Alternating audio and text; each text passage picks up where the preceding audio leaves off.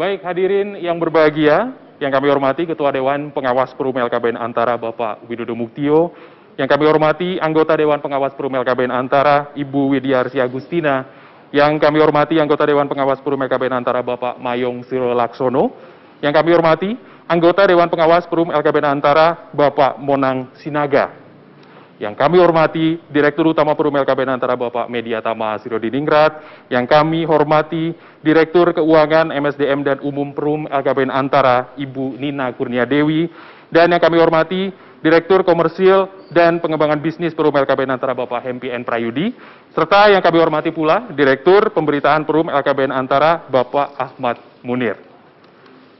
Lalu yang kami hormati dan juga kami banggakan seluruh insan Antara yang lebih khusus, Sri Kandi Tangguh kebanggaan kita.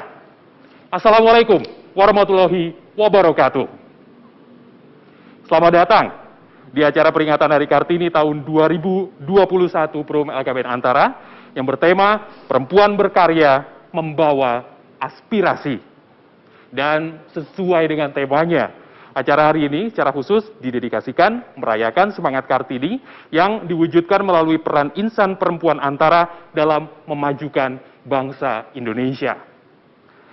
Akan ada apa sajakah kira-kira hari ini? Serangkaian acara spesial telah kami siapkan untuk kita ikuti bersama selama lebih kurang 2 jam ke depan. Akan ada pembukaan dari Menteri Pemberdayaan Perempuan dan Anak Republik Indonesia, Ibu Igusti Ayu Bintang Darmafatwi Puspayoga.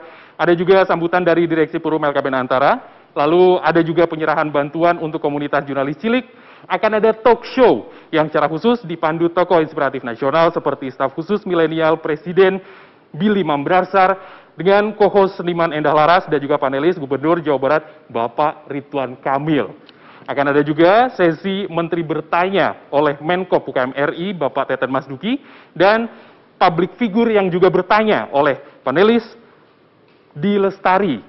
Dan yang tak kalah spesial pemirsa, akan ada pembacaan surat Kartini oleh Wakil Menteri Pariwisata dan Ekonomi Kreatif Ibu Angela Tanu Sudibyo. Jadi pastikan Anda tetap mengikuti acara ini hingga selesai nanti. Baiklah. Langsung saja kita acara yang pertama pemirsa, yaitu prolog yang akan disampaikan oleh Menteri Pemberdayaan Perempuan dan Anak Republik Indonesia, Ibu Igusti Ayu Bintang Darmawati Puspayoga. Kami persilakan. Jurnalis memiliki kekuatan untuk menyuarakan isi hati masyarakat, termasuk kelompok rentan, khususnya suara harapan dan cita-cita perempuan dan anak yang belum terdengar. Melalui hasil karya yang telah mereka tuliskan, banyak kisah dan informasi yang kemudian berdampak dan memberikan pengaruh nyata bagi kehidupan berbangsa dan bernegara. Turut mewakili hak-hak dan suara perempuan, partisipasi jurnalis perempuan di media Indonesia telah menyeimbangkan dan memberi warna demokrasi di tanah air. Tidak jarang nama-nama mereka dikenal dan sangat diperhitungkan dalam dunia jurnalistik yang mampu membuktikan bahwa perempuan mampu untuk melewati beragam kesulitan dan risiko yang sama dengan laki-laki.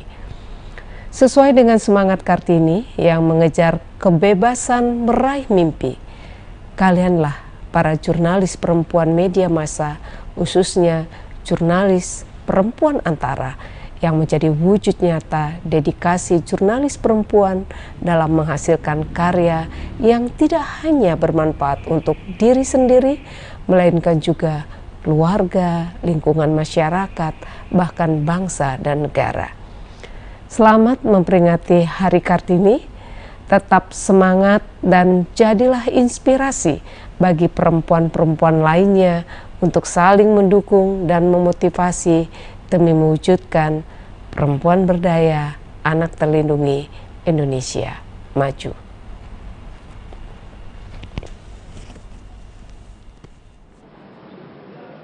Baik, insan Antara dan juga pemirsa dimanapun Anda berada, selanjutnya adalah sambutan dari Ibu Nina Kurniadewi. Dibikin sore apa selaku Direktur Keuangan MSDM dan Umum Perum LKBN Antara. Kami persilakan.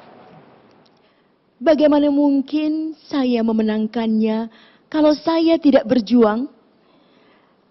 Bagaimana saya akan mendapatkannya kalau saya tidak mencari? Tanpa perjuangan tidak akan ada kemenangan. Saya tidak gentar menghadapi keberatan dan kesusahan. Saya merasa cukup kuat untuk mengatasinya. Assalamualaikum warahmatullahi wabarakatuh. Insan Antara yang sangat saya cintai dan seluruh pemirsa YouTube Antara TV yang budiman. Semangat pagi. Hari yang sangat cerah, kami bersama Anda saat ini, bersama keluarga besar Antara. Hari ini adalah puncak acara peringatan Hari Kartini di Perum LKBN Antara. Kami mempersembahkan serangkaian acara yang tentu saja sudah diawali sejak peringatan Hari Kartini 21 April melalui webinar di Biro Antara di Kepri, kemudian acara podcast oleh 4 pewarta jelita Antara yang sudah tayang sebelum hari ini, dan hari ini adalah hari puncak di mana tujuan kami adalah memberikan inspirasi kepada Anda semua, pemirsa yang budiman, karya jurnalis dari pewarta perempuan. Penggalan puisi yang sudah saya bacakan tadi sebenarnya adalah tulisan surat Kartini yang disampaikan kepada sahabatnya puluhan tahun yang lalu, seabad lebih yang lalu.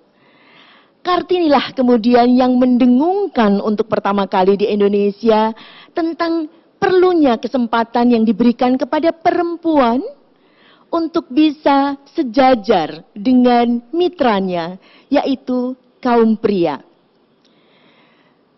Dunia bertransformasi, Indonesia pun kemudian terus mengalami kemajuan. Hingga saat ini, perempuan Indonesia telah memiliki kesempatan yang sangat bagus, kesempatan yang sama persis dengan para pria atau laki-laki untuk bisa berkarya. Satu industri yang cukup menantang, dulunya adalah industri yang cukup dikenal dengan industri maskulin, yaitu media. Yang isinya adalah para profesional wartawan atau pewarta, dulu masih diidentikan dengan macho. Banyak diisi oleh para pria yang harus berlari-lari mengejar berita. Namun berkembangnya kesempatan, perempuan pun bisa dan bahkan mungkin memberikan warna lebih indah dari sisi jurnalistik. Hari ini pemirsa yang budiman, kita akan mendengarkan talk show dari 3 perempuan terbaik Antara, yaitu para pewarta di bidangnya masing-masing. Pewarta tulis atau teks, pewarta foto, dan juga pewarta TV. Mereka akan bercerita, tetapi mungkin agak unik, karena gaya mereka bercerita nanti biasanya mereka bertanya, saat ini mereka akan ditanya di momen acara hari ini. Sehingga selamat untuk 3 Sri Kandi Kartini Antara, Mbak Tia, Mbak Puspa, dan juga Mbak Grace atau Gracia. Kami bangga padamu, sampaikan pesanmu sebagai perempuan yang maju, perempuan yang siap bermitra, melengkapi indahnya dunia ini, melengkapi industri media bagi kita semua. Dengan ucapan bismillahirrahmanirrahim, maka acara puncak pada hari ini kami nyatakan dibuka. Bangga kami, manajemen Perum LKBN Antara, untuk semua yang terlibat dalam acara ini, serangkaian acara yang sangat indah, khususnya adalah pesan khusus atau pesan spesial bagi para perempuan yang sangat saya sayangi. Saat ini kebetulan diwakili oleh 3 pewarta, tetapi cinta kami dari manajemen adalah untuk seluruh perempuan pekerja di Perum LKBN Antara. Jumlah kita sudah mirip dengan industri. 30% insan Antara adalah perempuan. Mari kita lebih maju, keluarkan semua potensi, dan membangun Antara serta Indonesia lebih baik. Salam pemberitaan Antara, satu jiwa, satu Antara. Wassalamualaikum warahmatullahi wabarakatuh. Baik, luar biasa sekali. Terima kasih sekali untuk Bu Nina yang telah memberikan sambutan. Dan mohon izin Bu Nina, jangan kemana-mana lebih dulu, karena sesi berikutnya adalah penyerahan bantuan untuk komunitas jurnalis cilik. Kami persilakan kembali Bu Nina ke tempat, dan kami panggil ke depan dari perwakilan komunitas jurnalis cilik. Kami persilakan.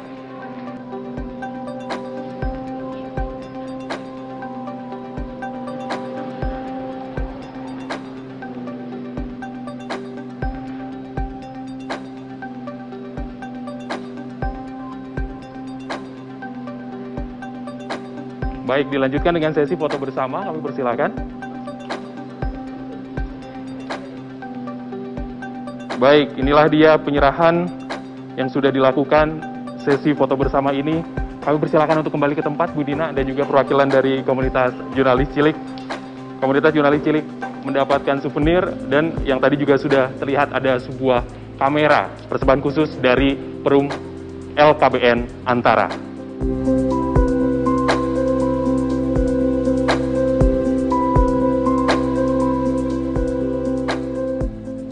Baik, pemirsa Antara TV dimanapun Anda berada, sekarang kita sudah sampai di sesi talk show yang kita tunggu-tunggu.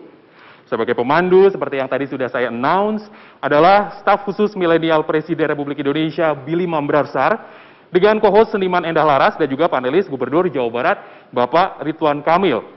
Akan terdiri dari 3 segmen.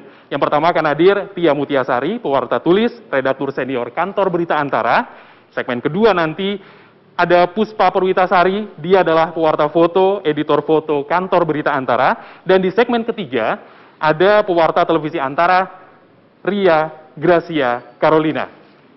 Pemirsa, yang menjadi akan sangat menarik adalah jika biasanya host, co-host, dan juga panelis yang ditanya, justru saat ini sebaliknya.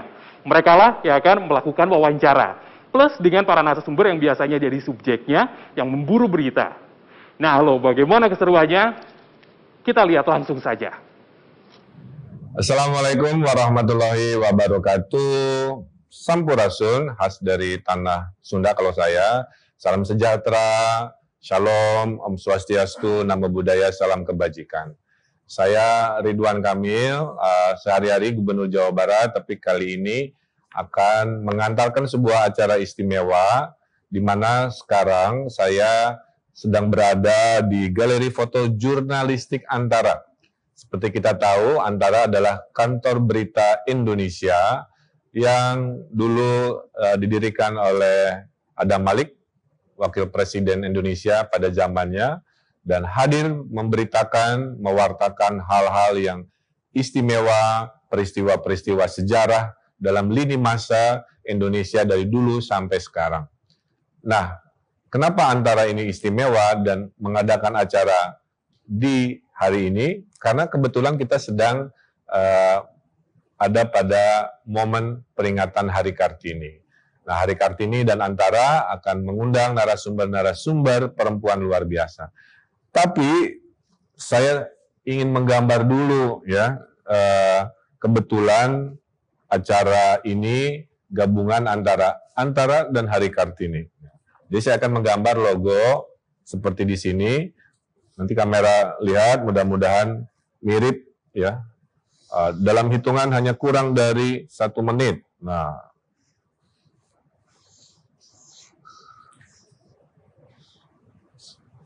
kemudian ada siluet Kartini, mudah-mudahan masih mirip. Ada lentik bulu matanya dan ada tulisan Kartini. Di sininya ada tulisan Antara. Nah.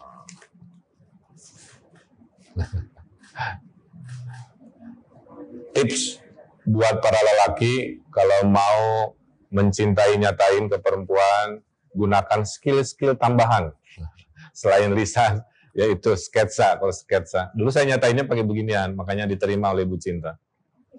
Nah, acara ini tentu semangatnya adalah semangat inspirasi dari Raden Ajeng Kartini. Kalau kita bertanya siapakah Bapak bangsa Indonesia, maka Bung Karno pasti nomor satu. Kalau ditanya siapa Ibu bangsa Indonesia, tentu R.A. Kartini selalu menjadi top of mind atau nomor satu, karena pada zaman kolonial, pada saat kita dijajah, ada sosok istimewa dari tanah Jawa, Raden Ajeng Kartini, yang menyuarakan semangat keadilan, menyuarakan semangat kesetaraan kaum perempuan di Hindia Belanda atau Indonesia di saat ini. Nah, itulah yang akhirnya melahirkan inspirasi-inspirasi bahwa ternyata perempuan itu harus setara. Ya. Raden Ajeng Kartini juga melahirkan inspirasi lahirnya media-media perempuan. Ya. Ada Genta Istri di Jawa Barat oleh Ibu Emma Puradireja, itu contoh ya bagaimana suara perempuan itu harus disuarakan dan bentuknya adalah media seperti Antara ini. Dan kita lihat inspirasi Raden Ajeng Kartini melahirkan pahlawan-pahlawan perempuan di masanya dari Aceh sampai Papua, Minahasa, Tanah Sunda, dan lain sebagainya. Nah, untuk hari ini kalau tanya, Kang Emil, siapakah sosok Kartini terdekat? Tentulah saya jawab istri saya. Kenapa? Selain selalu menyayangi suaminya, ngurusin anak-anaknya, juga sibuk mengurusi masyarakat.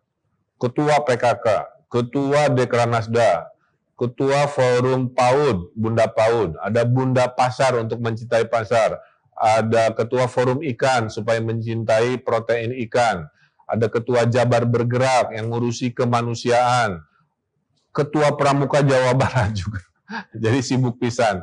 Tapi ternyata bisa. Jadi perempuan itu kalau diberi ekosistem yang memadai, ternyata bisa menjadi sosok-sosok individu yang luar biasa. Itu kebanggaan saya buat istri saya, yang menurut saya sosok Kartini hari ini.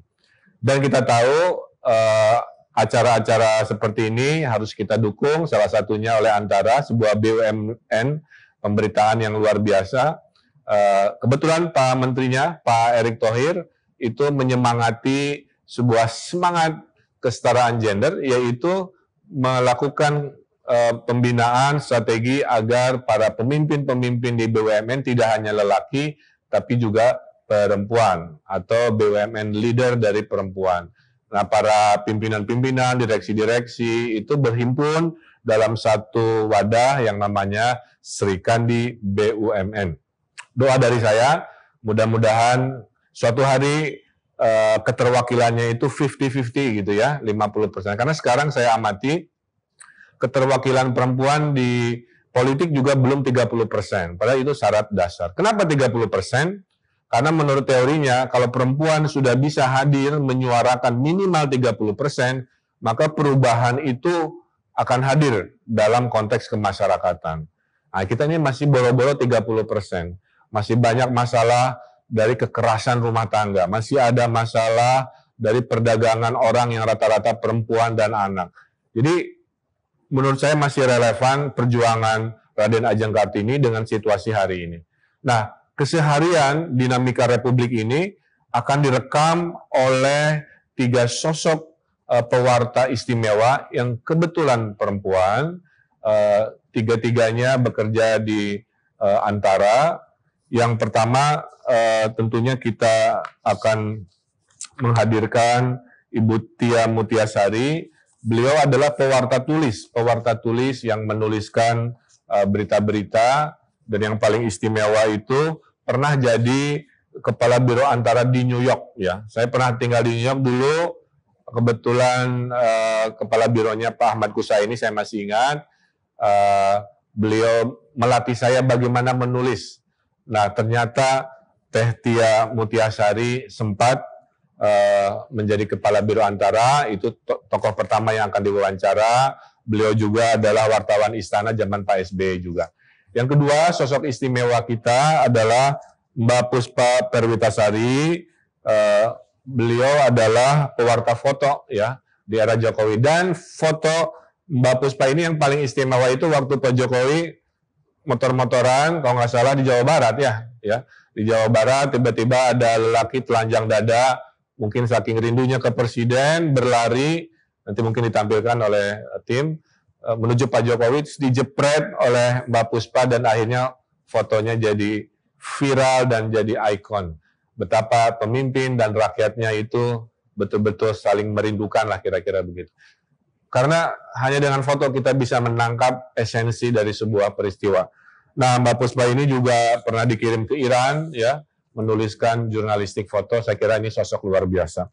Yang ketiganya adalah Mbak Ria Gracia Carolina, Mbak Grace, itu pewarta TV. Kalau tadi pewarta tulis, pewarta foto, Mbak Ria ini adalah pewarta TV atau redaksi video.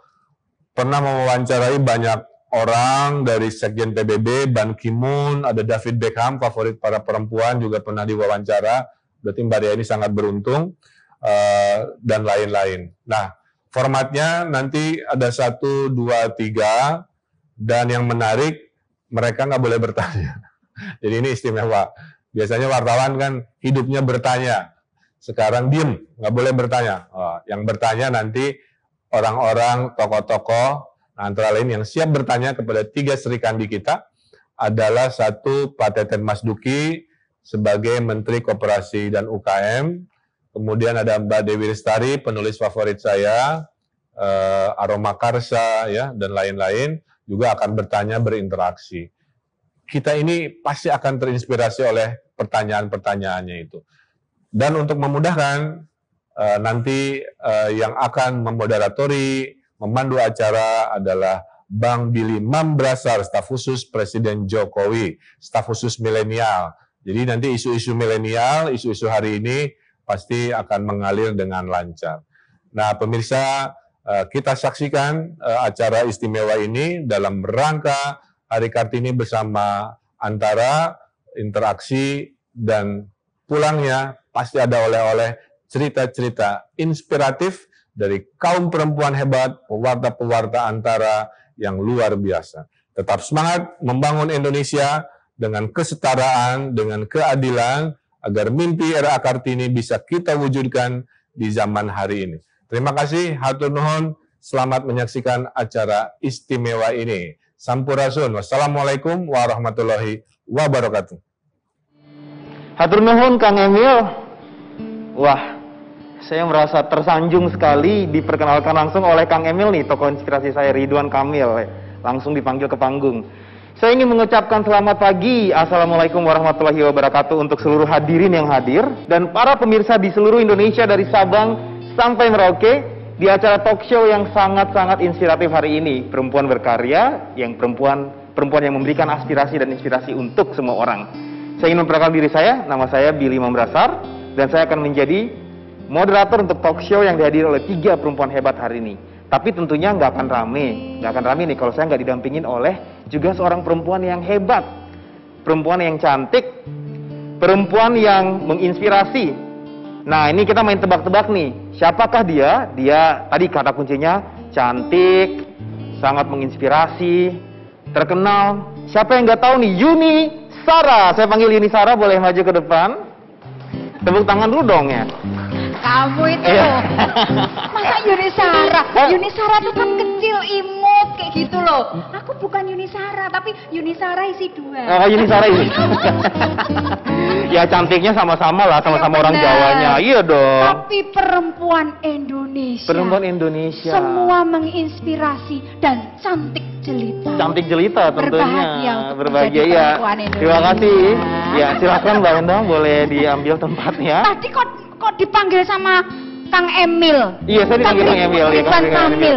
Aku mau kasih sesuatu. Oh iya, katanya ada sesuatu buat Kang Emil. Iya, lama nggak ketemu. Saya ketemu mungkin 5 tahun yang lalu, itu pun di Perancis. Oh iya, luar biasa. Ngapain Mbak di Perancis, Mbak? Di Perancis ada menghadiri sesuatu pertunjukan besar di sana. Oke, silakan, ada sesuatu buat Kang Emil. Coba, sesuatu untuk Kang Emil. Mangga-mangga Kang Ridwan, Kamil, selamat datang saya ucapkan. Bapak Gubernur Jawa Barat, orangnya ganteng, jujur dan merakyat. Luar biasa. Baru dibikin tadi lagi lagunya. Langsung Kalau jadi. ketemu Mas Emil, Ridwan Kamil, langsung inspirasi datang. Mantap, itulah perempuan aspirasi tadi ya. Inspiratif tadi ya. Iya, Mas Billy. Iya. Saya duduk. Silahkan duduk ya. Boleh di atas, boleh di bawah. Oh ya enggak, ini udah Oh, ya. disediakan. Oke. Oke, sebelum kita mulai talk show kita akan melihat satu video yang telah disiapkan yang akan menjadi sumber ide, sumber inspirasi dan mencerahkan talk show kita hari ini. Kita saksikan bersama video karya jurnalis berikut ini.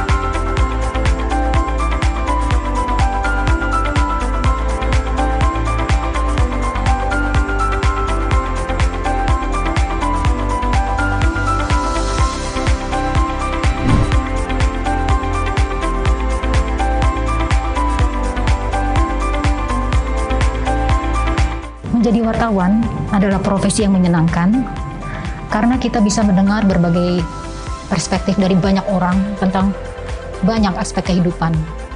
Dan Hari Kartini ini merupakan pengingat bahwa perempuan bisa berkontribusi di bidang apapun sesuai dengan yang dia inginkan dan dia mampu. Langsung saya panggil pembicara atau narasumber pertama yang akan menginspirasi kita dengan kisah-kisah hebatnya. Kita panggil bersama Mbak Tia Mutiasari. Silakan Mbak Tia Mutiasari. Selamat datang. Selamat datang. Selamat datang Mbak Mutiarasari. Selamat datang. Selamat datang. Selamat datang di Perempuan Antara. Itu jogetnya juga tadi mendadak gitu ya? Ada koreografinya sih tadi diajarin. Oh, udah belajar sama beliau tadi ya? Bisa ada. Latihannya berapa lama nih sebelum talk show hari ini? 6 bulan itu karena Oh, 6 bulan katanya. susah untuk jadi. Oke, Mbak, tadi videonya tuh keren banget ya.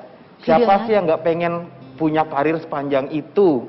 Dan juga pernah juga jadi kepala biro ya. Ya, dan ada di New York, kota yang gitu kan, kota yang semua siapa sih nggak pengen. Aku juga pengen ke sana gitu, sayangnya aku nggak punya bakat seperti Mbak gitu kan. Nah, boleh cerita nggak pengalamannya tuh waktu menjadi wartawan di New York? Apa sih tantangannya? Apa yang dialami, apa yang dirasakan? Ini sebelumnya saya justru ingin mengapresiasi tempat saya bekerja, kantor berita Antara, karena memberi kesempatan kepada perempuan lah seperti saya untuk menjadi perwakilan Antara, salah satunya di luar negeri gitu. Ya mungkin nggak semua lingkungan kerja memberi kesempatan seperti itu, tapi ini salah satu bukti bahwa Antara itu memberi kesempatan yang sama kepada perempuan dan pria, perempuan dan pria dan laki-laki untuk berkontribusi di bidang yang dia pilih atau dia mampu. Nah, saya waktu ke penugasan ke New York itu, ngomong-ngomong kok aus ya? Iya. Ini kan lagi bulan puasa ceritanya. Iya, atau mungkin juga karena gugup kali ya saya ya. Iya. Biasanya saya wawancara narasumber. Oh iya. Saya juga biasanya diwawancara jadi agak-agak grogi juga. Oh gitu ya, Iya. biasanya diwawancara ya. Mudah-mudahan narasumber yang lihat mungkin nggak bilang syukurin lu sekarang ada di tempat gue. Gitu. Iya. Makanya. Tapi anyway, jadi ketika saya ditugaskan ke New York itu, waktu itu Indonesia baru saja tahun 2006 itu Indonesia baru terpilih sebagai anggota Dewan Keamanan PBB.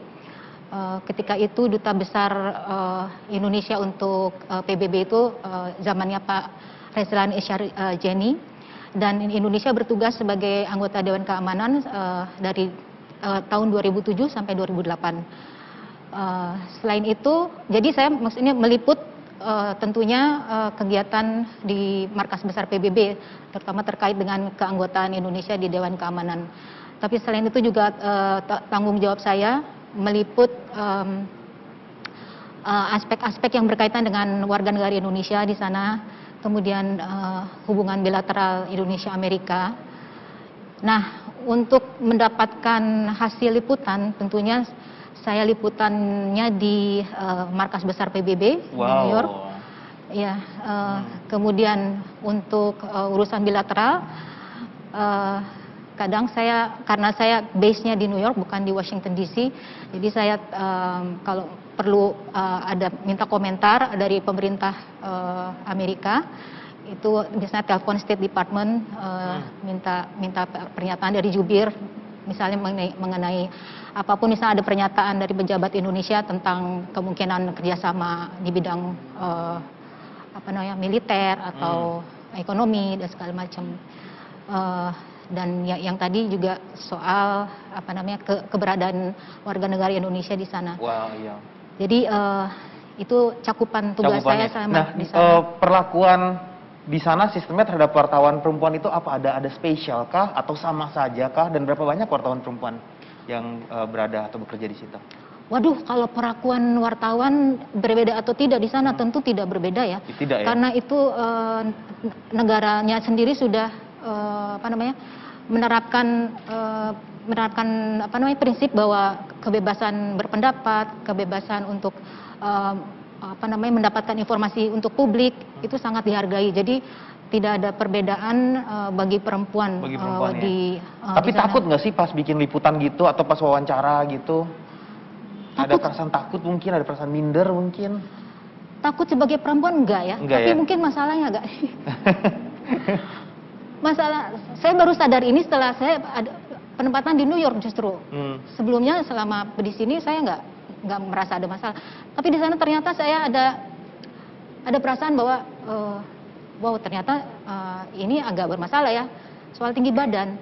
Jadi di sana kan pada tinggi-tinggi ya wartawan-wartawannya ya. Iya. Nah, yang jadi masalah itu ketika harus wawancara dengan sistem doorstop ya, udah pernah ya, kerubungin gitu kan, kerubungin. Nah, kalau di sini saya tuh survive di Indonesia ya. Dulu saya liputan di Kementerian Luar Negeri dan di Istana juga sempat. Jadi sering ada doorstop ya. Jadi kalau begitu ada kesempatan wawancara itu saya langsung lari paling depan. Atau kalaupun terlambat, misalnya saya masih bisa keliling-keliling cari ini posisi yang memungkinkan. Bawa bangku sendiri gitu nggak sih? Bawa bangku dengklik apa itu kan? Nggak ya? Jojo dog orang sudah bilang. The dog of Jojo ya. Ya ribet aja kali ya. Nah, kalau di sana itu gimana ya? Untuk mencari posisi itu aja sudah sulit ya. Kalau di sini kan mencari posisi setidaknya itu narasumber itu masih kelihatan kepalanya ya. Kalau di sana saya udah kehalangin, kalau udah telat gitu, kehalang kepala-kepala gitu, jadi saya nggak tahu narasumber di mana. Jadi ya begitu akhirnya. Jadi untungnya isu-isu yang itu biasanya kejadian itu ketika saya meliput di markas besar PBB ya. Misalnya setelah ada sidang Dewan Keamanan atau sidang majelis umum. Tapi untungnya biasanya isu-isu yang sedang dibicarakan oleh narasumber dan ditanyakan oleh para wartawan di sana itu lebih multilateral gitu ya sifatnya. Jadi saya atau teman-teman di Jakarta kalau ingin memfollow up berita atau apa, mereka tinggal ngecek dari kantor-kantor berita asing yang kita juga punya kerjasama, jadi kita bisa mengambil. Bisa referensi ke situ ya? Betul, dari situ. Jadi ya. Pernah ke negara mana aja sih Mbak selain New York? Selain New York, saya pernah ke yang Asia tentu ya, yang dekat Asia Tenggara, Singapura, Malaysia, Thailand, Laos. Itu biasanya untuk dalam rangka meliput KTT ASEAN ya, atau dan rangkaian KTT-nya. Kemudian juga pernah ke Australia. ke Eropa itu pernah mana ya? Finlandia, Norwegia, terus juga pernah ke Kuba. Itu biasanya karena ikut rombongan untuk meliput perjalanan Presiden Susilo Bambang Yudhoyono. Dulu ada 3 rangkaian negara itu, Finlandia, Norwegia, dan Kuba. Selain yang 2 itu bilateral, Finlandia dan Norwegia, yang Kuba itu untuk menghadiri KTT non-blok saat itu. Yang paling seru di negara mana yang pernah dikunjungin? Oh, yang paling seru ya tentu New York ya. New York ya, Amerika ya. Iya paling betul, seru. di Amerika. Karena saya punya kesempatan tinggal lebih lama di sana, merasakan denyut nadi kota itu sendiri. Bagaimana orang-orang tuh semua kayaknya in a rush gitu ya, bergegas gitu ya. Jadi kayak sibuk banget Sibuk ya, hype banget. banget. Tapi pada saat yang sama banyak hal menarik yang saya tidak tahu sebelumnya, bahwa misalnya Anda tidak perlu bisa berbahasa Inggris untuk berada di New York ternyata. Iya, itu saya lihat di udah pernah ke New York belum ya? Jadi di sana ada Chinatown. Chinatown itu sangat hidup ya, sangat sibuk. Semua restoran, tempat usaha ada di situ, dan bannernya itu semua dalam bahasa Cina gitu ya, dalam tulisan Cina gitu. Walaupun ada tulisan Latinnya. Jadi everything ada di semuanya tuh ada di New York ya. Dan kayaknya. mereka tidak berbicara bahasa Inggris. Sama sekali. Nah, kalau boleh tahu nih, itu kan kondisinya apakah banyak nih, aduh aku juga pengen nih kayak Mbak Tia kayak gitu, mungkin yang lagi dengar atau lagi nonton hari ini. Tapi aduh nanti suamiku mendukung nggak sih, ataukah pacarku mendukung nggak sih, kayak itu rempong nggak sih, kayak gitu. Boleh nggak dibagi ceritanya tuh, pengalamannya? Kalau saya dulu kebetulan karena belum menikah ya, jadi mungkin tidak ada beban lah ya, pergi aja gitu. Tapi saya bisa mengerti kalau misalnya ada yang memang punya pasangan, atau mungkin selain juga suami atau istri, atau bahkan mungkin orang tua yang agak berat untuk agak jauh terpisah gitu ya. Menurut saya itu kembali lagi ke pertanyaan ke diri sendiri, apa yang sebenarnya kita inginkan kalau kita menerima tugas yang dengan menjanjikan pengalaman yang banyak, atau mau di zona aman aja gitu. Jadi kalau ya seperti itu mungkin. Mantap. Pilihannya kembali ke diri sendiri. Mantap. Pertanyaan terakhir nih, kenapa sih pengen jadi wartawan? Apa yang ingin dicapai dan kenapa harus di Antara?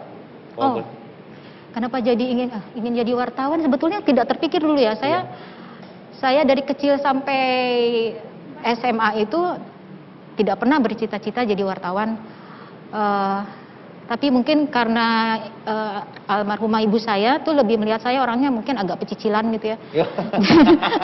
Jadi tadi kalau walaupun pendek tetap bisa ke depan gitu ya. Gaspol gitu. Jadi mungkin lihat saya pecicilan, tadinya beliau inginnya saya jadi polwan ya, polwan atau misalnya, tapi kembali lagi ke tinggi badan kan tidak memungkinkan, jadi mungkin akhirnya udah ini aja jurnalistik. Tadinya saya nggak tahu jurnalistik itu apa, tapi akhirnya saya kuliah juga di bidang jurnalistik, di jurusan jurnalistik di Bandung, dan mungkin ya dari situ otomatis profesi yang lebih kelihatan ke depan itu adalah sebagai jurnalis gitu. Itu dan mensyukurinya ya, mensyukurinya, tidak pernah menyesal ya. Ya, dan memang dari segi kepuasan pribadi gitu ya, sebagai jurnalis itu kan kita seperti kayak salah satu agen perubahan ya, untuk menjadi yang lebih baik. Jadi kita menyampaikan informasi atau ide-ide tertentu kepada masyarakat dengan harapan masyarakat atau siapapun yang baca akan timbul awareness-nya atau meningkat awareness-nya, sehingga bisa merubah sesuatu yang tadinya kurang baik jadi baik gitu. Baik, terima kasih Mbak Tia ya. Kita punya 2 pembicara lagi nih yang akan menginspirasi kita. Mau tahu kan siapa? Tapi sebelum itu kita akan saksikan sebuah penampilan spesial dari seorang wanita artistik yang juga cantik ya. Tik-tik di belakang kan. Kita saksikan bersama musical performance dari Aubrey. Di langit gelap tampak cahaya, menarik bintang masuk ke dalam, begitu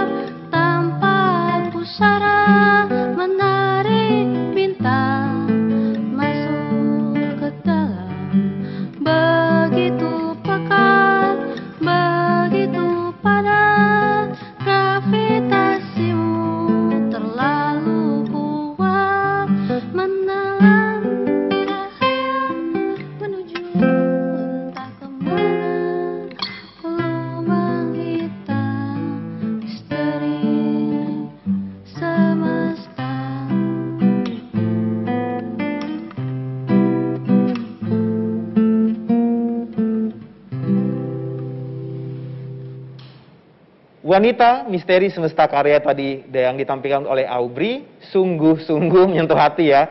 Nah, yang akan tampil setelah ini, pembicara kedua, dia menyebar inspirasi melalui karya-karya fotografi. Jadi kalau kita lihat foto-foto yang ditampilkan di balik sosok Presiden Jokowi dan beberapa tokoh-tokoh terkenal lainnya, nih dia yang ada di balik foto-foto tersebut. Kita saksikan profil dari pembicara kedua yang begitu menginspirasi melalui video pendek berikut ini.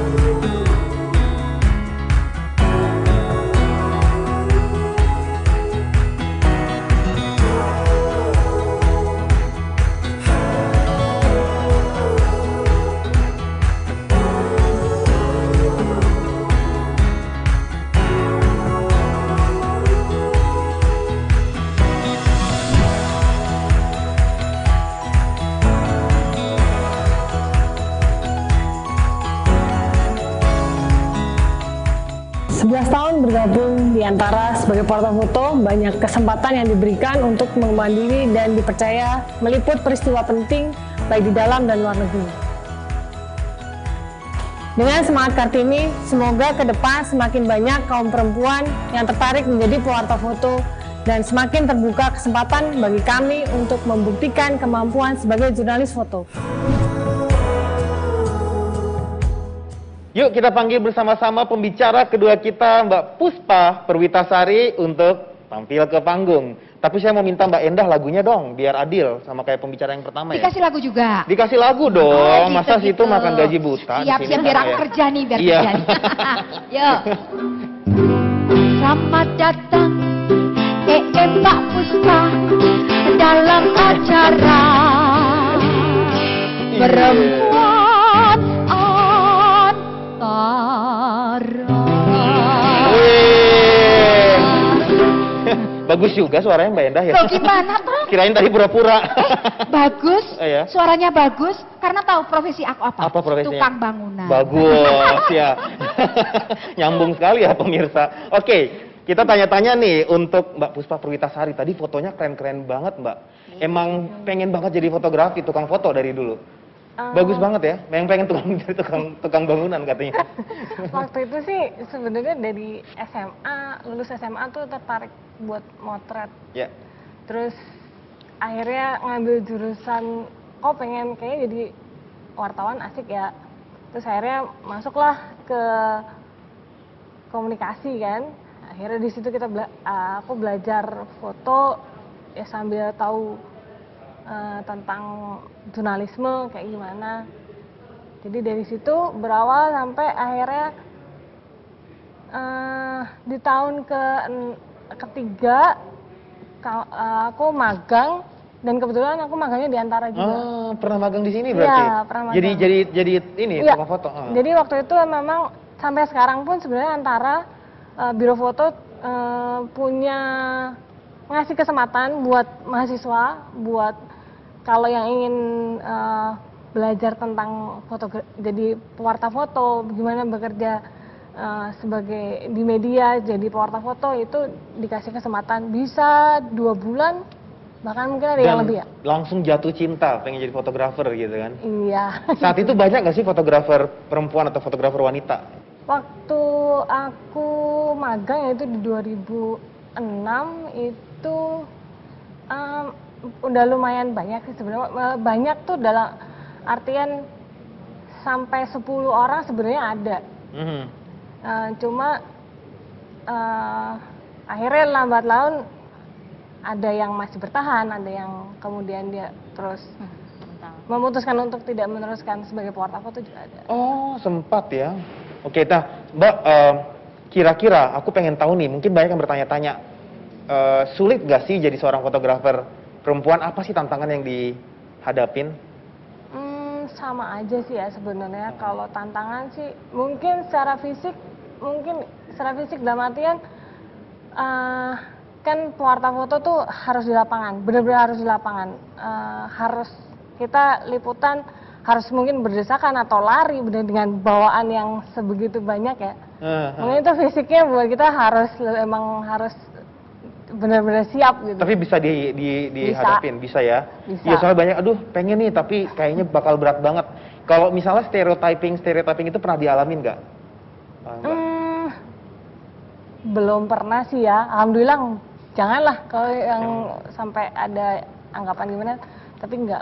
Misalnya kayak, jangan kesini dong, ini terlalu sulit medannya gitu, menakutkan gitu. Enggak sih, malah justru aku pernah, kebetulan dulu waktu udah tugas di sini, sempat dikasih kesempatan untuk liputan, jadi ada pertukaran fotografer gitu, antar kantor berita, kebetulan waktu itu kantor berita Iran, terus ada pertukaran dan temanya tentang perempuan. Jadi memang kebetulan dimintanya adalah fotografer perempuan yang berangkat ke sana. Dan kebetulan Antara punya. Dan waktu itu kebetulan waktu ditawarin itu sebenarnya posisinya oke, dalam artian nggak ada sesuatu hal gitu ya. Terus pas waktunya berangkat, ternyata kondisinya saya pas hamil. Pas hamil 6 bulan. Dan fairnya kantor, maksudnya kantor tuh benar-benar support. Jadi benar-benar ditanya, Puspa, kamu kondisinya hamil, kamu siap atau enggak untuk bertugas di sini? Karena lumayan lama ya, 2 minggu. Kalau bagi sebagian besar orang akan mikir, aduh lagi hamil nih 6 bulan, ngapain jauh-jauh ke sana tapi gitu. untungnya kantor benar-benar ini ya, menanyakan. Karena kesiapan dari yang mau berangkat, pewarta yang berangkat, terus secara fisik, kondisi kesehatan, itu benar-benar dipikirin. Dicek banget ya. Tapi dari keluarga sendiri ada tantangan nggak sih? Enggak deh, pokoknya nggak boleh, jangan gitu. Enggak sih, kebetulan suami juga wartawan. Jadi alhamdulillah support sistemnya aman. Yang biasa kan yang ribet kan bukan suami, mungkin anggota keluarga yang lain, sebut saja misalnya mertua gitu kan. Enggak. Enggak ya? Ibu sih udah, luar biasa. udah ini ya. Suportif ya. Support banget. Dan pengalaman di sana tuh memang berat seperti yang dipikirkan banyak orang. Enggak, Kak. Menurutku banyak yang masih berpikir mungkin kayak Iran itu negaranya enggak dengan kondisi mungkin apa, perang atau apa. Iya kan, itu kalau dengar Iran gitu kan, waduh kamu mau ke Iran, hamil pula, jangan-jangan ada perang di sana, nanti lari-larinya gimana gitu kan mungkin. Nah itu ternyata enggak sama sekali di luar yang ini ya, yang dipikirkan. Iran itu menurutku sangat ramah, maksudnya untuk orang-orangnya juga ramah, terus kondisinya juga bukan kondisi yang perang yang seperti dibayangkan kayak di Irak gitu. Dan waktu itu sempat ada kesempatan untuk ke pusat nuklirnya Iran sebenarnya. Pusat nuklirnya Iran? Nggak takut, Mbak? Waktu itu sempat mikir sih, karena kondisi lagi hamil ya.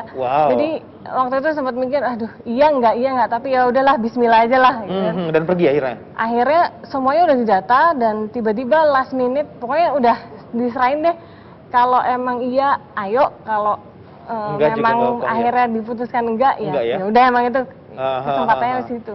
Ternyata last minute mereka membatalkan. Ya udah, berarti itu yang terbaik aja gitu. Luar biasa sekali Mbak ini. Tadi di foto di video tadi tuh ada satu foto yang ditampilkan, yaitu foto Pak Jokowi mengendarai motor ya. Terus ada seorang pemuda yang lari. Itu Mbak ngambilnya gimana Mbak, sambil lari juga atau gimana? Enggak ya? Enggak lah. Atau jangan-jangan mereka berdua juga pose lagi? Enggak, jadi kebetulan kalau liputan seperti itu, liputan Pak Jokowi ya, RI1 tuh biasanya kalau memang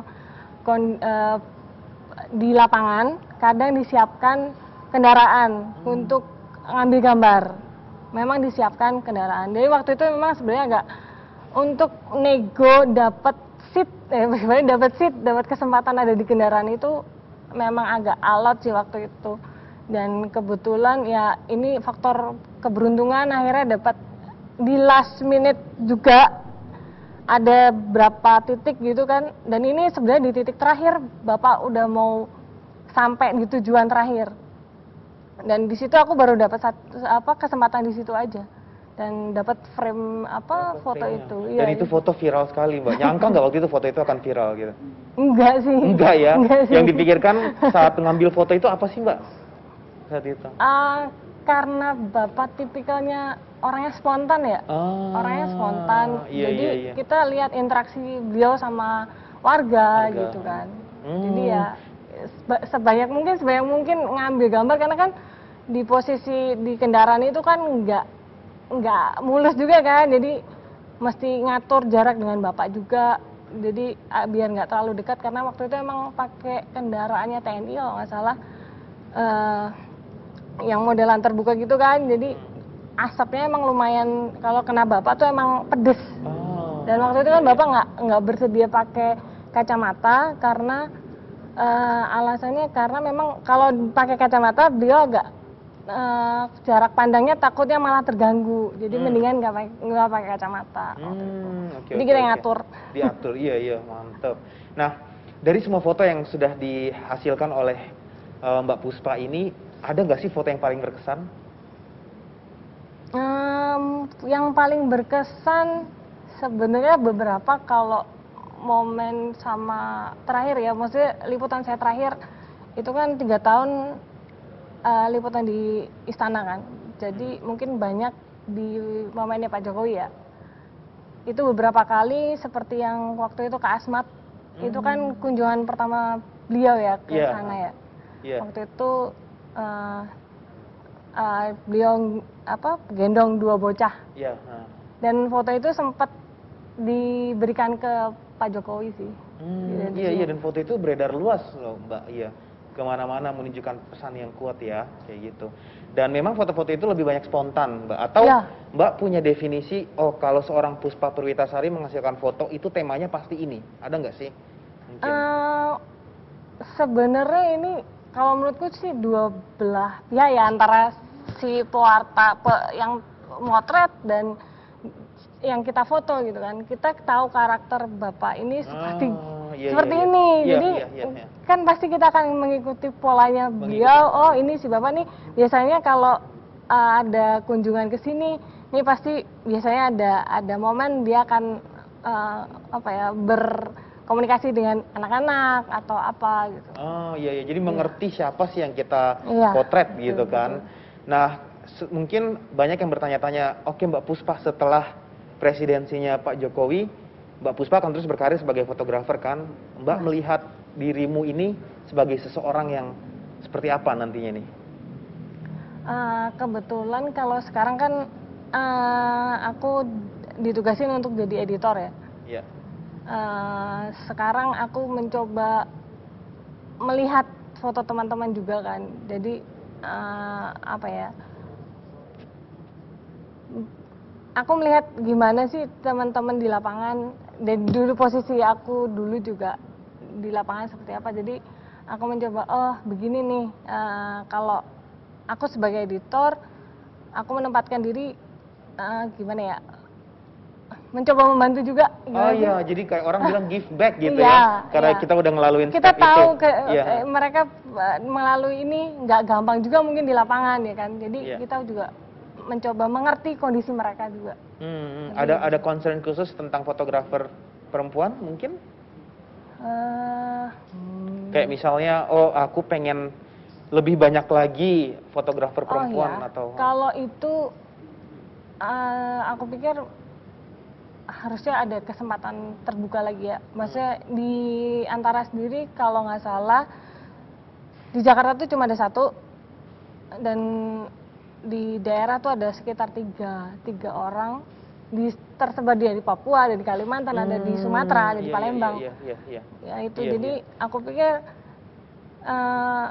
mungkin kalau dibuka kesempatan lebih banyak sebenarnya, dan mengerti tentang profesi, jangan takut dulu lah. Bener, dan Mbak. Jangan takut dulu lah. Bener, kan banyak yang aduh takut nanti begini, takut nanti begitu, nanti nggak diizinin, harus ke medan yang sulit. Dan cerita Mbak Puspa yang didengar hari ini memberikan inspirasi buat mereka yang pengen mengikuti path yang sama gitu kan.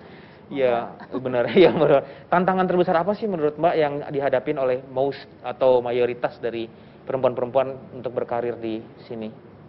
Tantangannya mungkin apa ya, antara banyak faktor yang sebenarnya menjadi tantangan. Support system iya pasti menurutku. Di sekitar kita apakah dia support dengan profesi yang semacam ini, karena waktunya juga kadang kalau kayak liputan Pak Jokowi itu kan, ini contohnya lagi ya, karena liputan Pak Jokowi itu dari subuh. Kadang kita udah harus standby. Bener kan? Bener, saya pernah ngikutin Bapak jalan, ngikutin aja udah capek, apalagi harus lari sambil moto gitu kan. Nah, kadang baru selesai, kadang pernah sampai jam 2 pagi. Dan sama aja yang kita lakukan, mau saya perempuan, mau laki-laki, sama aja, tidak ada perbedaannya. Wow, keren sekali kisah dari Mbak Puspa ya. Dan masih ada nih satu lagi pembicara terakhir yang juga tak kalah inspiratifnya, yang akan kita saksikan dan dengarkan bersama kisahnya. Dan luar biasa, tadi saya menghabiskan waktu dan mereka bertiga, dan saya sendiri juga terinspirasi dengan kisah-kisah mereka, apalagi teman-teman yang nanti akan mendengarkannya. Sebelum saya panggil nih narasumber talk show kita yang ketiga, kita saksikan dulu special performance dari artis yang lagi happening saat ini di dunia sosial media ya, yang tadi saya sudah sebut namanya, Yuni Shara, yang akan membawakan tembang-tembang hits dia. Silakan Mbak Yuni Shara, apa yang mau ditampilkan? Boleh. Hormat saya Mbak Yuni, ini cuman Yuni abal-abal kali ini. Ya, ini saya akan persembahkan 2 buah lagu. Yang pertama adalah lagu Daerah, Selayang Pandang. Selamat menikmati.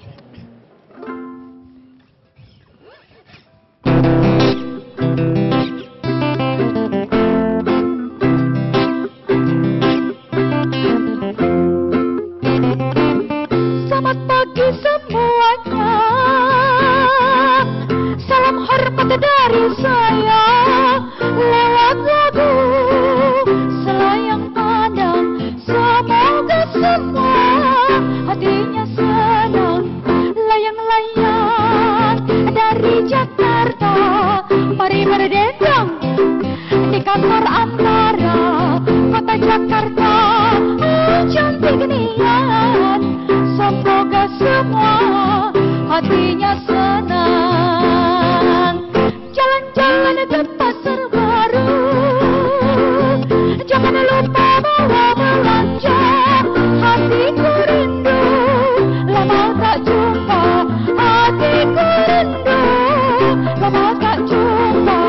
Layang-layang, selayang pandang, hati di dalam rasa berdendang.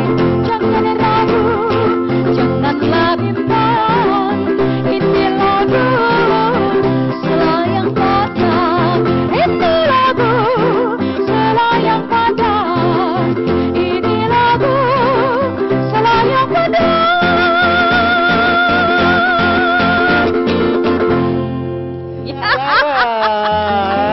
Gila, suaranya keren banget Mbak Endah loh. Belajar berapa lama itu? Berapa tahun? Oh, berapa tahun ya? Ini lagu daerah. Dan harus kita wartakan terus dan terus supaya semua masyarakat Indonesia, terutama yang menonton pada saat ini, bisa terngiang-ngiang lagu daerah dan mau belajar. Nah, itu kan lagu Melayu Mbak sebenarnya. Melayu. Mbak Endah Laras dari mana sih asalnya? Saya dari kota Solo. Kota Solo. Kotanya Pak Jokowi. Kota Pak Jokowi ya, Mbak. Kalau saya dari mana, tebak Mbak? Ini Lihat rambutnya keriting, kulitnya hitam. Ayo tebak, dari daerah paling barat lah di Indonesia. Hitam, kulit hitam, rambut keriting. Rambutnya Dari keriting. mana? Dari Palembang. Salah. Oh, dari mana? Ada lagunya. Oh, ada lagunya apa, Mbak? Lagunya Mas Franky. Oh iya. Hitam kulit, keriting rambut, aku Papua. Dari Papua. Dari Palembang. Tentu bisa lagu dari Solo Mbak. Tapi walaupun orang Papua tetap sedikit belajar boleh. Oh iya, boleh. Coba tak ajari. Itulah definisi Indonesia kan. Iya. Nah, ini nanti saya diketawain loh. Iya. Kalau Saya aja dari Jawa bisa sedikit lagu Papua. Iya. Ini pasti dari Papua, coba sedikit. Oke, tolong Kasih saya jangan tak dibully ajari. ya pronunciation-nya. Tidak, nggak ada bully-bulian. Oh, iya. Kita belajar bersama untuk memajukan Indonesia, Siap. terutama kesenian tradisi. Suwe ora jamu, coba. Suwe ora jamu Jamu daun pepaya. Ja, kenapa harus daun pepaya sih, Mbak? Ya nggak apa-apa, Oh, namanya ya udah. pantun aja. Iya. Pantun Oh, aja iya, kenapa iya, sih? udah, ya udah. Udah terlalu lucu. Jamu daun pepaya. Ayo. Jamu daun pepaya. Oke. Lama tidak bertemu. Ayo. Lama tidak bertemu. Bertemu lagi Bertemu lagi. di kantor antara. Mulai detik ini, nama siapa? Nama saya Gracia Josafat Jobel Mambrasar, Billy Mambrasar. Billy Mambrasar, tak ganti. Ah. Billy Singo di Mejo, nama Jawa. Oh, nama Jawa. Jawa banget gitu lah. Jawa. Iya. Billy Ngadino Mujoko Raharjo. Panggilannya Bejo. Bejo.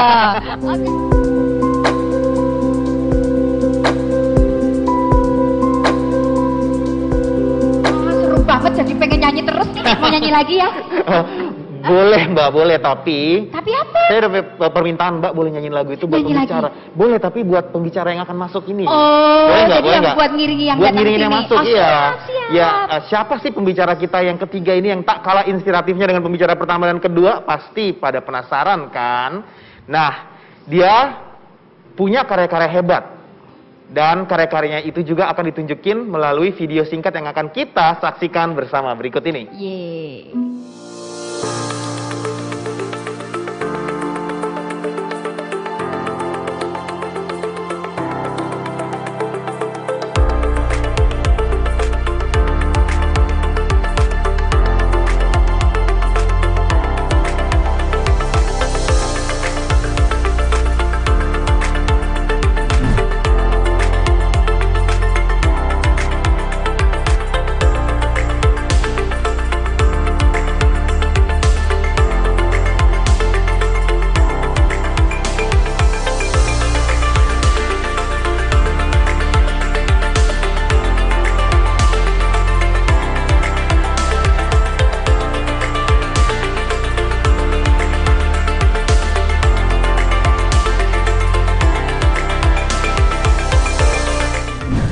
Menjadi jurnalis membuat hidup saya semakin bermakna.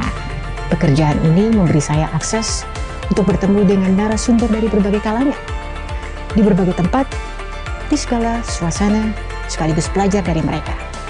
Dan tentunya menyampaikan informasi dan fakta yang didapatkan dari lapangan kepada masyarakat luas. Nah, bulan April selalu memberi kesan berbeda, utamanya bagi kaum perempuan. Bulan di mana kita mengenang Raden Ajeng Kartini sebagai pencetus hak-hak perempuan. Setelah lebih dari 1 abad, Raden Ajeng Kartini meninggalkan jejak pergerakan emansipasi perempuan dalam sejarah. Kini, jurnalis perempuan bisa berkontribusi sama besar dengan jurnalis laki-laki yang mendominasi dunia jurnalistik. Sama ke panggung sosok inspiratif Mbak Ria Gracia. Silakan Mbak Enda dimonggokan lagunya. Mbak Ria Gracia, datanglah kemari berbagi cerita di perempuan antara, berbagi cerita di perempuan antara.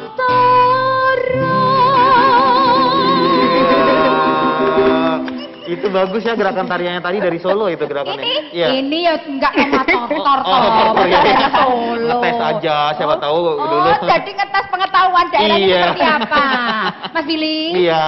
Duduk. Silakan. Oke, Mbak Ria.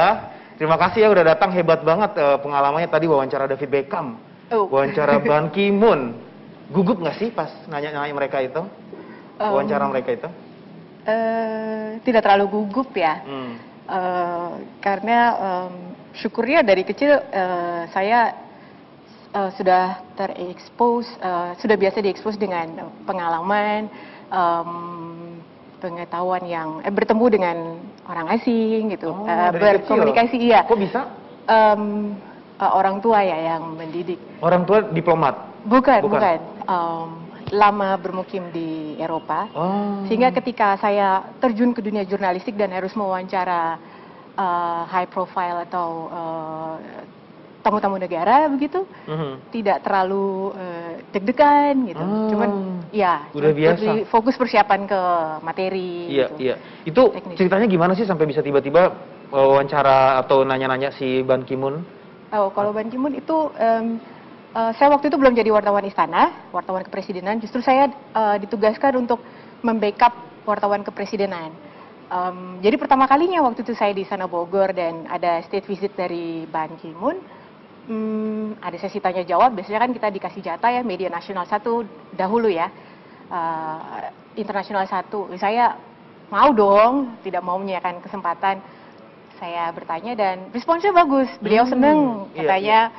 Itu cukup berkesan buat saya karena beliau bilang that was a very good and important question, kata dia gitu. Setelah kejadian itu, saya didatangi nama Biro Pers waktu itu. Besok apply ya buat ID wartawan kepresidenan gitu. Oh, langsung dapat ID ya? Jadi waktu nanya Ban Ki-moon itu nggak ada ID dong? Karena saya backup jadi pakai iya. ID senior saya lah Senior, gitu ya. waktu itu. Nggak berhenti di situ, kemudian dari istana ada telepon ke kantor, ke sekretaris redaksi Antara, nanya-nanya gitu. Jadi rasanya, oh wow, that was something gitu. Saya pikir. Nanyanya apa sih waktu itu sampai heboh banget? Aduh, kira-kira peran apa yang diharapkan PBB dari Indonesia di global ya, di panggung global gitu. PBB mengharapkan peran yang seperti apa dari Indonesia. Itu.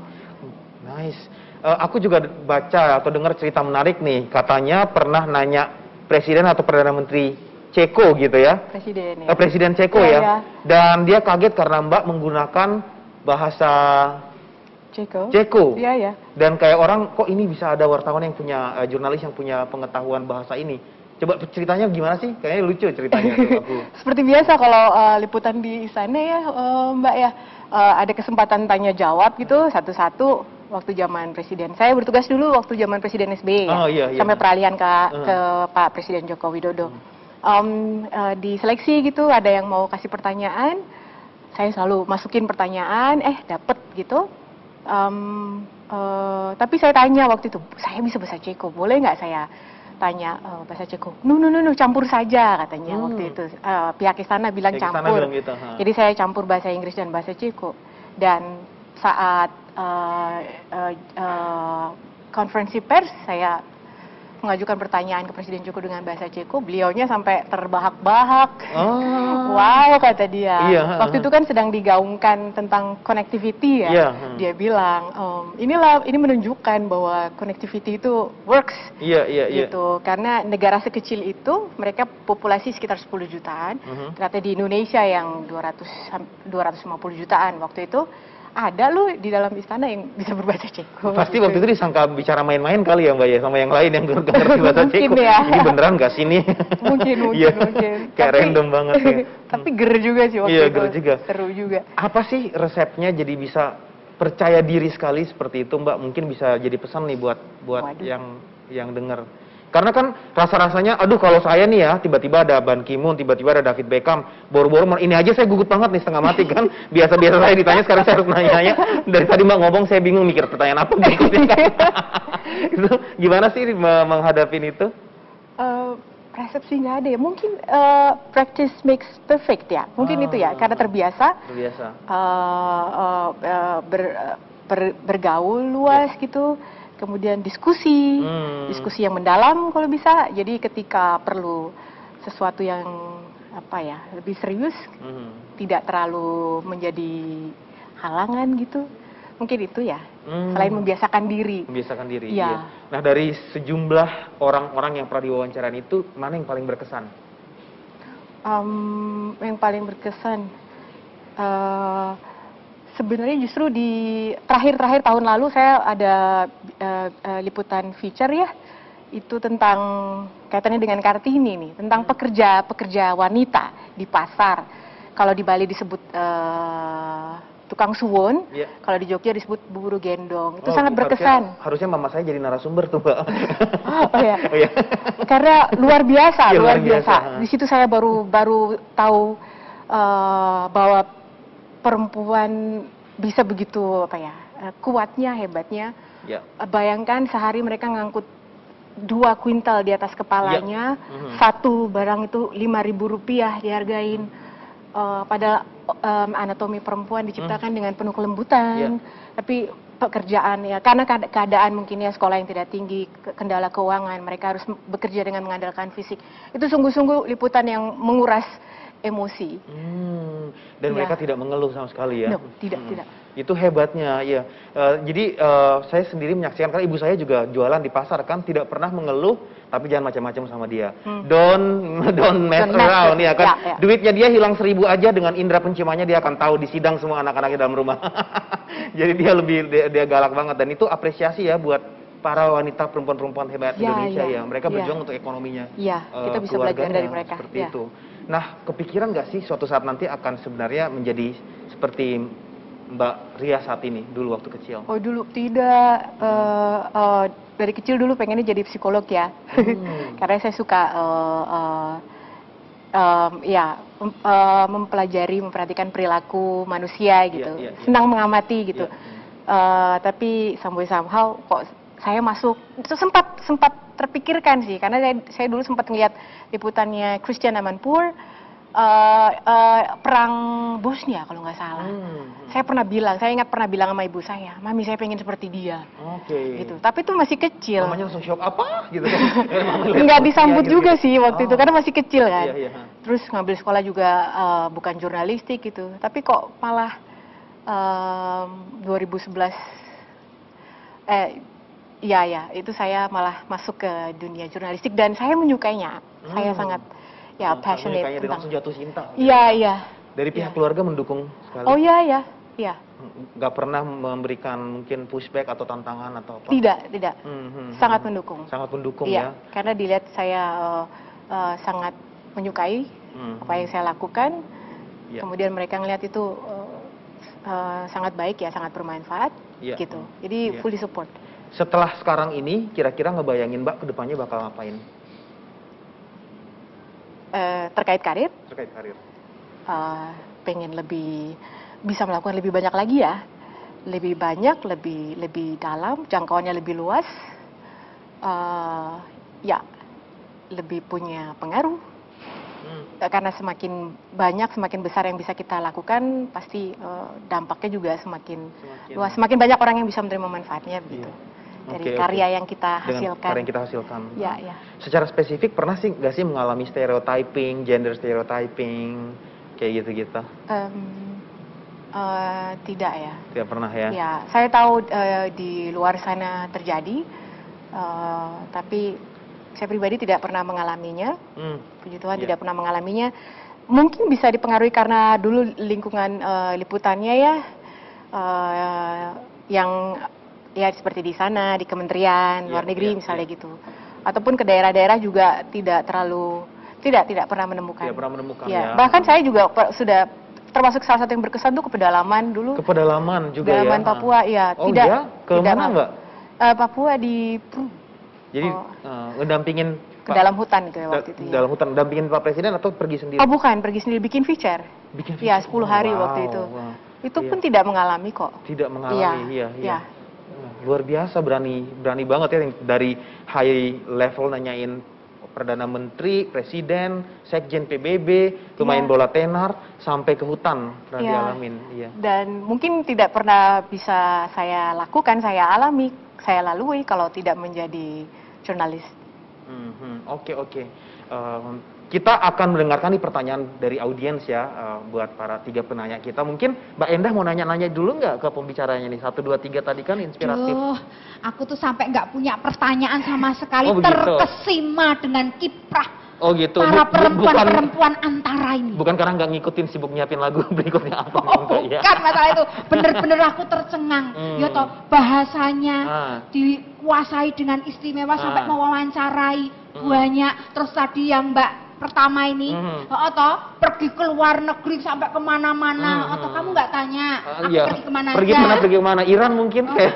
Enggak, aku ke luar negeri tapi keluar yang belum punya wilayah. Apa itu? Baru disiapkan wilayahnya. Nggak tahu negara mana. Nah, ya toh. Terus ini Mbak fotografer yang Iya. juara. Mbak fotografer yang juara. Kira-kira aku nek difoto sing rodok ketok langsung. Iya, gitu kan, nah. Enggak, angle-nya dari mana gitu loh. Dia sekarang bukan fotografer, editor. Jadi bener pas pekerjaannya. Biar Oh, aku yang jadi ada fotoin, foto, terus nanti dia yang edit ya. Dia kan editor ya kan. Kok jadi tambah gini? Oh, iya.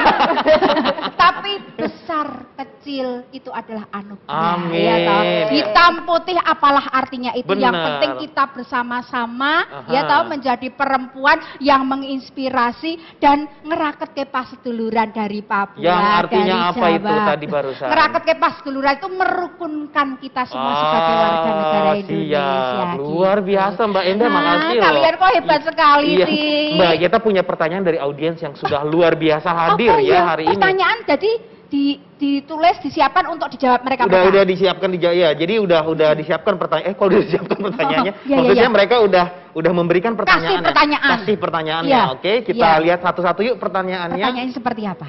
Di tangan saya ada 2 pertanyaan yang akan saya sampaikan kepada para pembicara inspiratif ini. Pertama nih dari Pak Irfan, Kabiro Antara Beijing. Dan ini pertanyaannya cukup tricky dan cukup sulit nih ya. Waktu itu bagaimana sikap pemerintah terhadap dan warga AS terhadap jurnalis Asia? Apakah seperti sekarang atau enggak? Apalagi kan khususnya Teh Tia ya, waktu itu di New York dari negara berpenduduk muslim terbesar di dunia. Nah, pandangan mereka tentang ini gimana nih? Ada nggak cerita yang bisa dibagikan? Kalau saya yang saya alami itu yang pernah langsung mewawancarai atau bertemu itu misalnya dengan waktu itu dapat kesempatan wawancara dengan Presiden George W. Bush.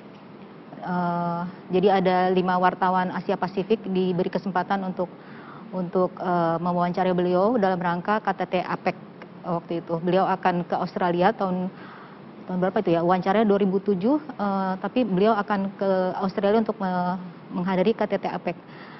Kalau dilihat dari kesempatan yang diberikan seperti itu, saya melihat kalau pemerintah Amerika memperlakukan atau melihat kepentingan pentingnya wartawan-wartawan dari Asia itu sama pentingnya dengan wartawan-wartawan dimanapun. Karena yang mereka usung adalah kebijakan apa yang akan dijalankan terhadap Asia Pasifik. Jadi mereka sangat membutuhkan juga semacam jembatan untuk mengkomunikasikan kebijakan mereka ke negara-negara yang bersangkutan. Jadi saya lihat tidak ada perbedaan. Kalau saya pribadi ya mengalaminya, tidak ada perbedaan bahwa ini wartawan dari Eropa atau Asia segala macam. Itu sangat tergantung pada kebijakan apa yang akan dijalankan pemerintah Amerika Serikat ke negara-negara Asia. Jadi perlakuan terhadap wartawan-wartawan Asia pun saya lihat mereka menganggap itu sangat penting. Oke. Nah ini bisa buat Mbak Ria, bisa buat Teh Tia juga nih. Ini kalau kita bandingkan gerakan feminisme di Amerika dan juga mungkin di Eropa, itu coraknya seperti apa? Terus perbandingannya dengan Indonesia tuh seperti apa? Dan bagaimana perempuan Indonesia semestinya membangun solidaritas yang kuat dalam spirit dan ideologi tentang hak-hak kaum perempuan ini? Bisa nggak mungkin dari Mbak Ria dulu, terus nanti Mbak Tia bisa sampaikan Amerika juga seperti apa? Kalau saya lihat perempuan di Indonesia sebenarnya sudah banyak yang ada di top position ya, posisi atas. Kemudian skillnya juga tidak kalah, tapi justru yang perlu dibangun lagi adalah antar perempuan saling support, saling menolong, saling menyemangati, mendorong, saling menolong itu. Karena nggak kurang jumlahnya perempuan yang tadi duduk di posisi penting ya, strategis gitu. Jadi tinggal bagaimana kita perempuan saling support ya. Yes. Kalau di Amerika gimana Teh Tia? Di Amerika saya lihat tentu itu adalah salah satu isu yang masih belum berkesudahan karena masih banyak perbedaan misalnya dalam penghasilan gitu ya, jumlah penghasilan antara pria dan wanita masih banyak yang mengalami perbedaan gitu. Jadi gerakan feminisme di sana itu mau tidak mau jadi akan terus digaungkan dengan berbagai cara itu secara konsisten gitu. Tapi kalau di Indonesia saya juga punya pandangan yang sama dengan Grace, bahwa kalau di sini mungkin kalau dibilang tidak jarang ya. Iya. Tidak ada ya. Sesuatu kayak melihat perempuan berada di posisi yang lebih tinggi itu hal yang biasa ya. Kita pernah punya presiden perempuan, dan penghasilan, menteri-menteri, perlakuan terhadap kesempatan juga. Ya. Sudah lumayan lebih merata lah ya. Lebih merata, iya. Yang justru diperlukannya itu tadi saling support. Benar. Kalau dilihat dari fungsi sebagai jurnalis, itu mungkin lebih kepada bagaimana kita juga mengcapture atau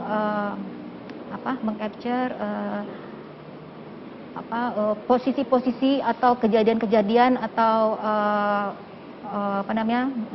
success story dari perempuan-perempuan yang berjuang untuk mengupayakan supaya kesetaraan gender itu bisa terwujud. Bisa ini lagi ya. Dan saya melihat tidak ada pushback juga dari laki-laki terhadap perempuan dari posisi yang lebih tinggi gitu dari laki-laki di sini gitu kan. Tapi tentunya ada banyak yang harus kita perbaiki ya ke depannya. Ini misalnya ini beliau kan lebih tinggi dari saya duduk, dia berdiri. Dan nanti Mbak Ora kesel, Mbak. Anda nih saya itu mendengarkan cerita-cerita yang sangat inspirasi, itu menginspirasi. Seperti saya mau cerita sedikit. Ketika saya dulu belajar keroncong, ya toh, itu musisi-musisi itu didominasi oleh kaum laki-laki. Bahkan tempat-tempat yang penting seperti dalam keroncong itu flute dan biola itu biasanya itu musisinya ya bapak-bapak sudah sepuh. Tapi era sekarang 5 tahun sekarang itu luar biasa. Musisi depan keroncong, flute, biola, cello, bass, kontrabas itu juga didominasi kaum perempuan itu banyak sekali. Berarti sudah kesetaraan kita sebagai perempuan itu juga diakui. Perempuan itu iso main ukulele ya, kayak gini. Saya aja nggak bisa, laki-laki Mbak bisa.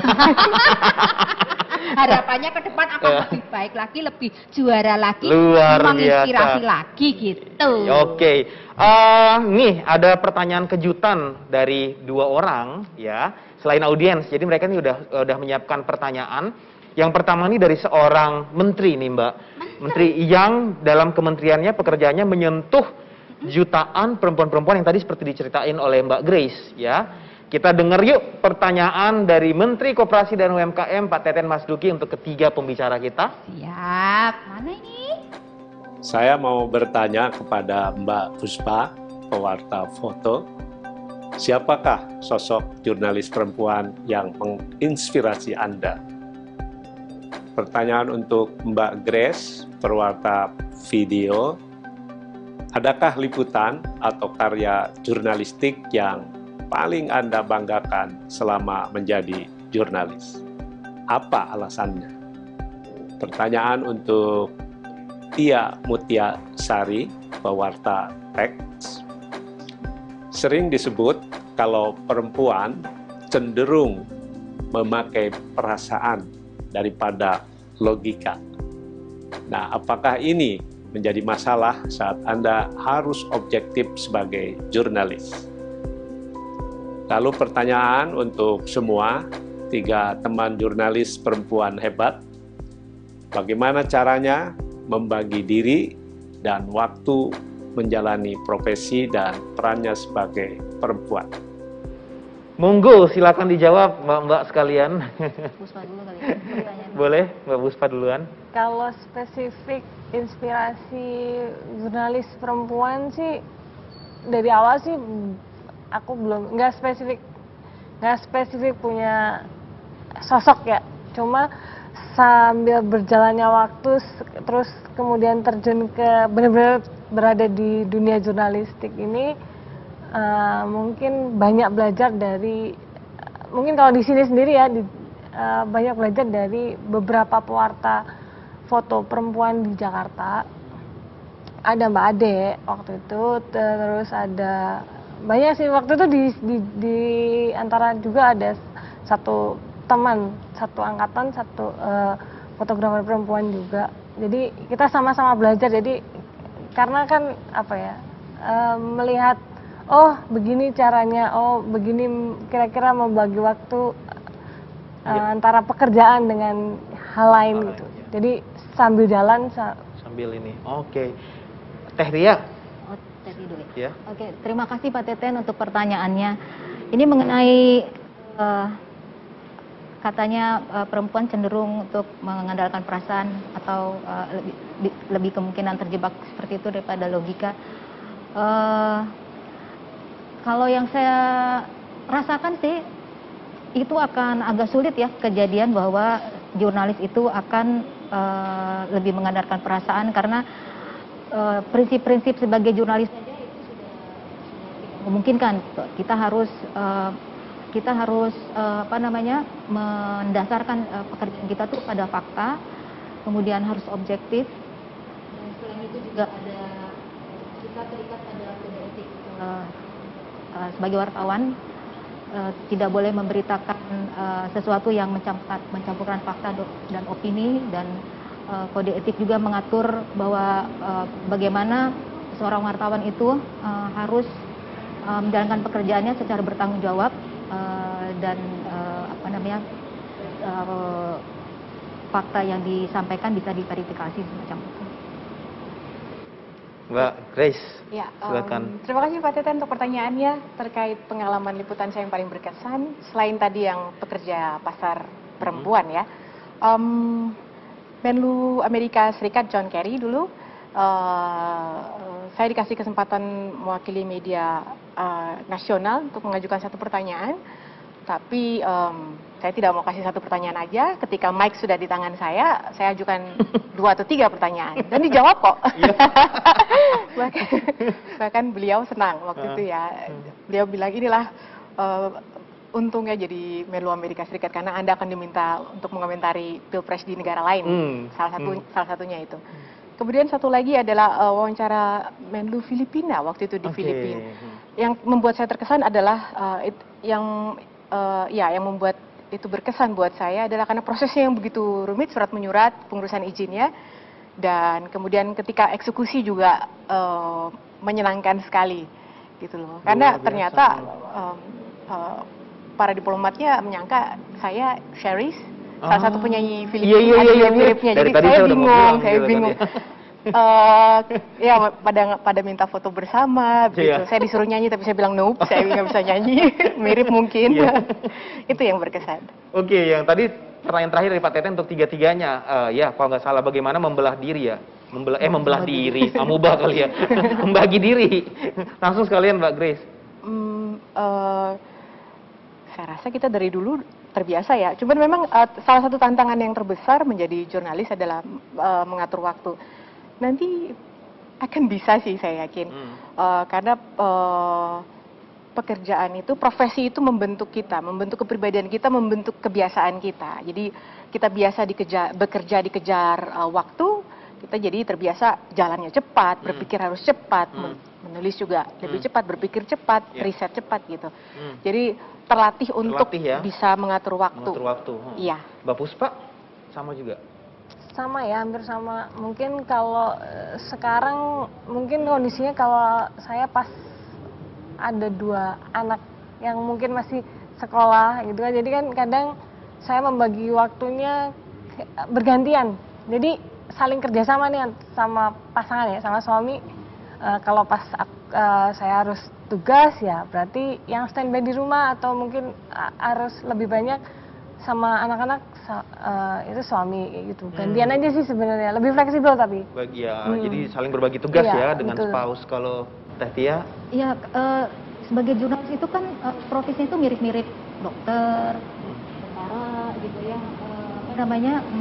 Ritme pekerjaan itu tergantung pada keadaan saat itu. Jadi mau nggak mau secara mentally seperti yang tadi Grace bilang juga lama-lama itu kita mental itu menyesuaikan dengan tuntutan seperti itu. Jadi waktu yang tidak tertentu, kapan harus meliput, kapan bisa istirahat, itu kadang-kadang juga harus seperti standby 24 jam gitu. Saya juga pernah misalnya jam 2 pagi dibangunkan oleh Korlip, disuruh nanti jam 5 standby di Halim Perdana Kusuma karena presiden akan melakukan kunjungan ke daerah mana gitu. Jadi ya malam hari pun dini hari pun ya harus siap, dan itu secara mental kita akan menyesuaikan. Jadi secara fisik menyesuaikan, secara mental menyesuaikan, dan dukungan dari spouse juga penting ya. Akhirnya kita terbiasa membagi waktu. Oke, ada satu lagi nih pertanyaan terakhir dari seorang sosok perempuan inspiratif yang juga menginspirasi saya. Semoga bisa ketemu dengan beliau. Yuk kita dengarkan pertanyaan untuk ketiga narasumber kita dari Dewi Lestari. Halo, saya Dewi Lestari. Terima kasih untuk kesempatan bertanyanya. Pada kesempatan kali ini saya ingin menanyakan sesuatu mengenai feminisme. Mengapa? Karena biasanya kalau kita bicara Hari Kartini akan selalu ada pembicaraan yang berujung kepada isu feminisme. Sementara dari yang saya amati di masyarakat kita, pandangan terhadap feminisme semakin kesini semakin berbaur antara yang pro dan kontra, antara yang memaknainya secara positif, tapi juga ada yang memaknainya secara negatif, gitu. Terutama ketika feminisme dianggap sebagai sesuatu yang sudah kebablasan atau malah jadi punya efek sebaliknya, tidak meninggikan harkat martabat perempuan, tapi malah jadi menjatuhkannya karena dianggap jadi terlalu arogan atau malah jadi merendahkan kaum pria dan sebagainya. Ya, kita tahu pendapat seperti itu ada. Yang saya ingin tanyakan adalah bagaimana kita dapat berperan aktif dalam porsi kita masing-masing untuk menekan ataupun mengembalikan makna feminisme menjadi sesuatu yang positif, menjadi sesuatu permasalahan yang memang belum kita capai solusi idealnya sehingga masih dibutuhkan banyak perbaikan, tapi bagaimana cara kita mengungkapkan itu kepada masyarakat banyak lewat porsi dan peran kita masing-masing. Silakan dijawab oleh para narasumber atau siapapun yang mungkin punya aspirasi mengenai hal ini. Terima kasih. Dijawab oleh narasumber kita, Mbak Grace, silakan. Terima kasih, Kadi. Feminisme, saya rasa masyarakat Indonesia belum memiliki pemahaman yang baik tentang kesetaraan gender. Dan disitulah peran jurnalis perempuan ya, bisa menyampaikan pemahaman yang benar itu terkait kesetaraan gender kepada masyarakat luas dan meyakinkan bahwa sebenarnya kesetaraan gender itu menguntungkan buat semua komunitas di masyarakat. Contohnya demokrasi gitu loh. Jadi kenapa isu feminisme tidak terlalu hangat ya di Indonesia, karena kesadaran pemahaman itu masih rendah. Berbeda dengan negara-negara maju yang lebih gencar menuntut kesetaraan gender, kesamaan hak untuk bersuara, untuk speak up, untuk bekerja, untuk banyak hal lah. Jadi menyamakan tidak persis 50-50%, tapi perempuan punya hak yang sama dengan laki-laki untuk bersuara, bekerja, dan lain sebagainya. Dan saya rasa disitulah peran jurnalis perempuan, ya Mbak ya. Mbak Tia mungkin bisa menambahkan bagian agar pada saat menyampaikan kita tidak arogan gitu malah. Iya, sebenarnya menurut saya begini. Memang seperti yang, terima kasih Mbak di pertanyaannya. Jadi bahwa ada pro dan kontra tentang feminisme, memang betul ada menganggap itu penting atau tidak penting, perlu diperjuangkan atau tidak perjuangkan. Tapi begini, menurut saya, kalau saya pribadi tidak terlalu mau mengambil aspek itu ya, pro dan kontra, tapi lebih kepada begini, begitu perempuan itu belum hidup secara layak sebagai manusia, itu berarti masih harus ada yang diperjuangkan. Dalam arti sebagai manusia, at least ya kita itu punya hak untuk hidup tanpa rasa takut, punya hak untuk mendapat pendidikan, punya hak untuk mendapat akses ekonomi, punya hak untuk tidak mengalami kekerasan. Jadi ketika hak-hak itu masih belum terpenuhi, apapun namanya mau feminisme atau tidak, itu PR yang harus diperjuangkan. Jadi misalnya begini, kan masing-masing ada yang bilang bahwa feminisme di tiap negara atau tiap wilayah itu lain-lain, tergantung permasalahannya apa. Tapi ambil contoh misal Afghanistan ya, Afghanistan yang menganggap perempuan itu tidak masih ada sekelompok orang di Afghanistan yang menganggap perempuan itu ya tidak berhak untuk hak mendasar itu misalnya, dan komunitas seperti itu masih mempertahankan tradisi bahwa perempuan itu bukan kalangan yang harus diberi pendidikan, yang dibiarkan bekerja. Makanya tidak heran ketika dari awal tahun ini aja sudah ada beberapa kasus kekerasan terhadap perempuan. Jadi ada polisi perempuan yang dibunuh ketika ketika bekerja, ada 3 petugas vaksinasi dibunuh, ada 2 hakim dibunuh, ada 3 jurnalis dibunuh. Itu dari awal tahun ini terjadi seperti itu. Jadi, nah dengan kondisi-kondisi seperti itu, yang the so-called feminisme atau apa itu sangat diperlukan untuk diperjuangkan dengan benar-benar, karena setidaknya perempuan itu harus hidup tanpa ketakutan atas nyawanya. Siap. Mbak Puspa, ada yang mau ditambahkan sedikit? Mungkin kalau buat saya kita perlu membuktikan diri ya. Kita menjadi role model buat mungkin yang di luar sana, perempuan di luar sana yang mungkin masih ragu-ragu atau gimana, bahwa kita juga mungkin bisa berkarya sampai kayak Mbak Grace, kayak Mbak Tia gitu, Mbak Endah gitu kan. Jadi mungkin kita bisa jadi role model sehingga kita bisa menginspirasi mereka, oh ternyata mereka bisa, jadi kenapa saya nggak bisa gitu. Itu aja sih. Closing statement sekalian, Mbak Puspa?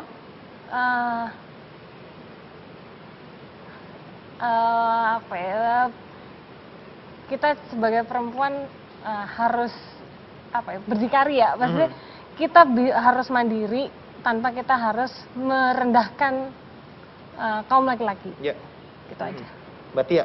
Kalau saya masih berkaitan dengan feminisme tadi, jadi intinya adalah bahwa pekerjaan sebagai jurnalis itu juga bisa membantu nilai-nilai apa itu namanya feminisme atau tidak, yang harus kebutuhan-kebutuhan perempuan atau manusia secara umum diperjuangkan melalui tugas-tugas kita meliput atau mencari bahan berita, menyusunnya, mengolahnya, sehingga ada kontribusi bagi masyarakat untuk meningkatkan awareness terhadap kebutuhan perempuan sebagai manusia. Saya mau mengajak perempuan Indonesia untuk lebih berfokus pada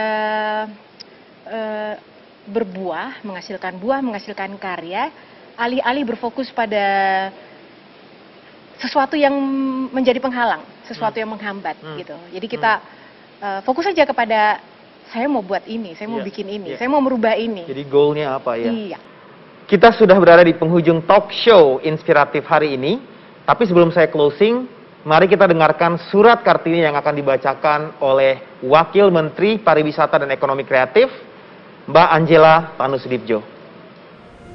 Awal tahun 1900, kepada Nyonya Ovingsur. Bila orang hendak sungguh-sungguh memajukan peradaban, maka kecerdasan pikiran dan pertumbuhan budi harus sama-sama dimajukan. Dan siapa yang bisa paling banyak berbuat untuk yang terakhir itu, yang paling banyak membantu mempertinggi kadar budi manusia? Perempuan. Karena di pangkuan perempuanlah pertama-tama manusia menerima pendidikannya. Di sana anak mula-mula belajar merasa, berpikir, berbicara. Bangsa kami tidak terlalu cepat bergerak untuk cita-cita tinggi. Kami harus membuat mereka tercengang melalui contoh yang berbicara. dan membuat mereka terpaksa menerimanya. Jika kami mau mencapai cita-cita untuk mempelopori dan memberi penerangan. Dan karenanya, pergi ke Belanda dengan tujuan utama untuk belajar bagi kami baik kalau kami pergi. Ibu tercinta, tolong mengusahakan kami pergi. Kalau kami tamat belajar dan kembali ke Jawa, kami akan membuka asrama untuk putra-putri bangsawan. Kalau mungkin, atas biaya pemerintah. Kalau tidak, kami akan mendirikannya dengan bantuan swasta, dengan cara lotre, uang, atau yang semacamnya. Akan ada jalan juga kalau sudah tiba waktunya. Untuk sementara, halangan yang terutama yang ada di rumah kami sendirilah yang harus kami hilangkan. Kami akan merasa girang segirang-girangnya jika mendapat izin dari ayah. Aduh, alangkah pedihnya, sedihnya rasa hati, sengsara betul menjadi gadis Jawa dan berperasaan halus.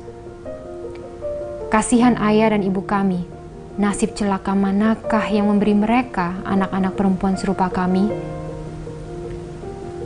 Bantulah mengusahakan kami pergi dari sini untuk bekerja mewujudkan cita-cita kami. Akan tiba saat permulaan untuk mengakhiri ketidakadilan yang besar yang menyebabkan ribuan hati perempuan dan anak hancur luluh. Kasihan anak-anak Sinting. Demikian mungkin ibu bergumam. Kamu berdua hendak menggoncangkan gedung raksasa itu, hendak menghancurkannya. Saya bisa mendengar ibu bertanya seperti itu. Kami akan menggoncangkannya, ibu sayang.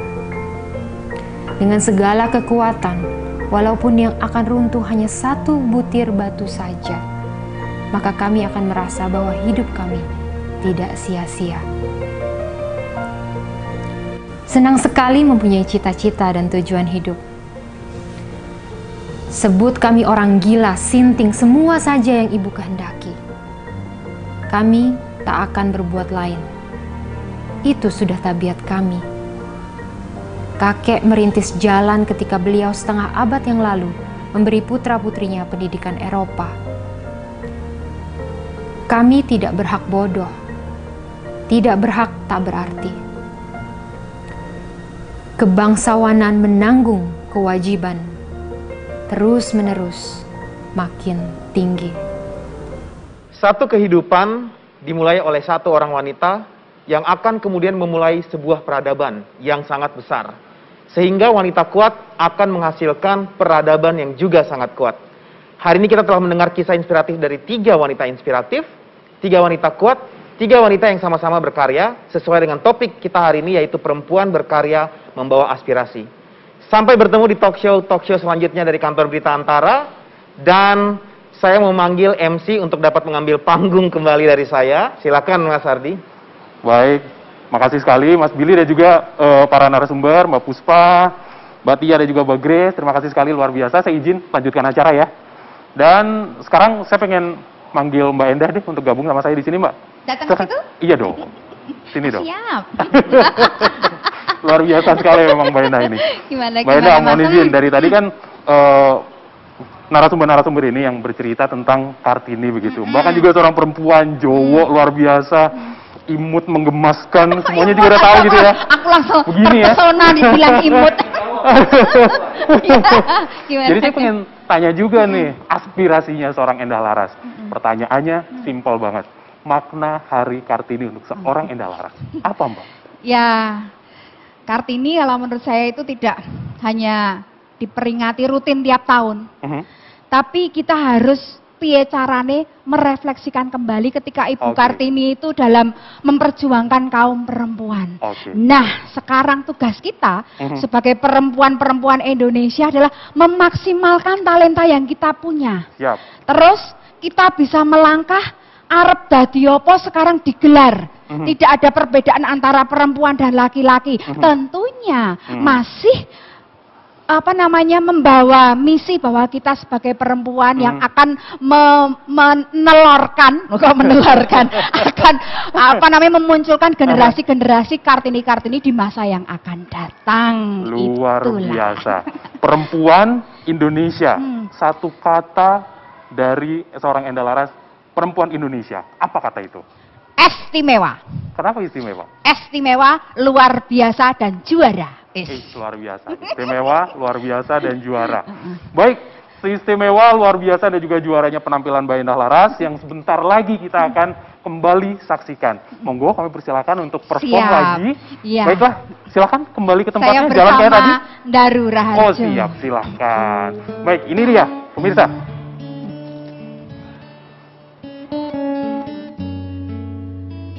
Raden Ajeng Kartini dasar putri kang utami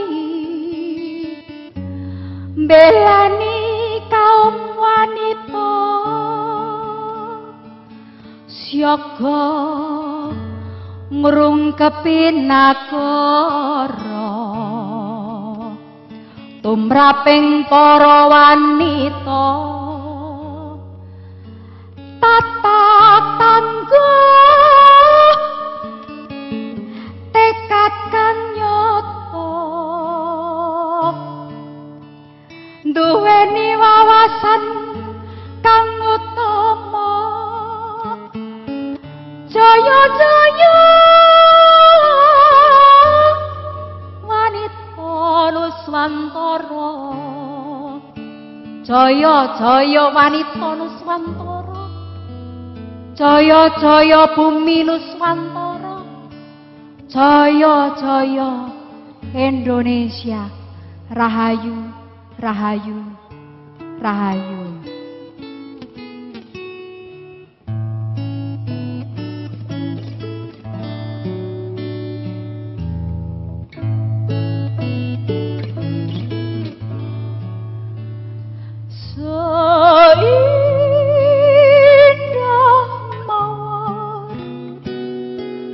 Sembungil melati dekau cemerlang wanita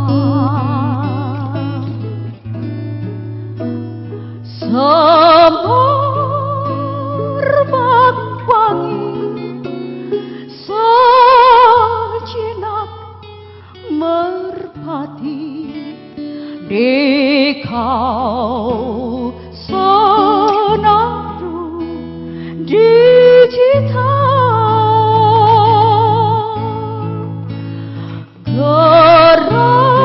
geragaya muringan mengikat hati mudah terna mekar bersinar menyilaukan mata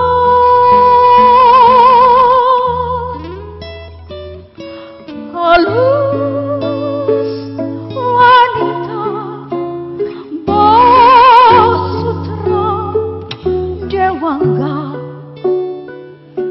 senyummu meruntuhkan mahkota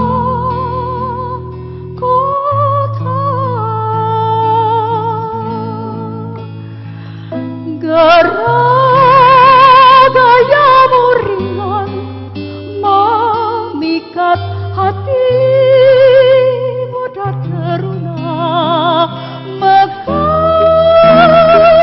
bersinar menyilaukan mata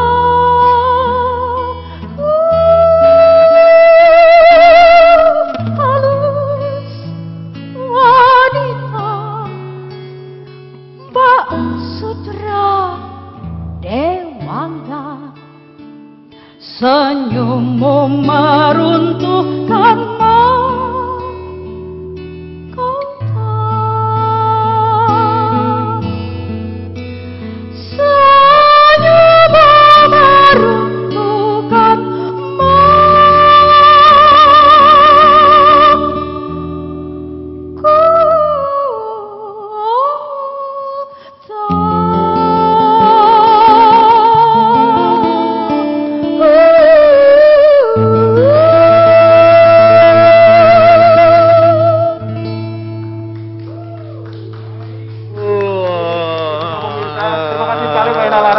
biasa. Ini adalah akhir perjumpaan kita untuk acara pada hari ini. Luar biasa, kami persilakan ke tempat kembali. Saya akan closing begitu. Terima kasih selama 2 jam ini sudah bersama kami. Terima kasih sekali para pemirsa Antara TV dimanapun Anda berada. Semangat Kartini dengan tema perempuan membawa aspirasi.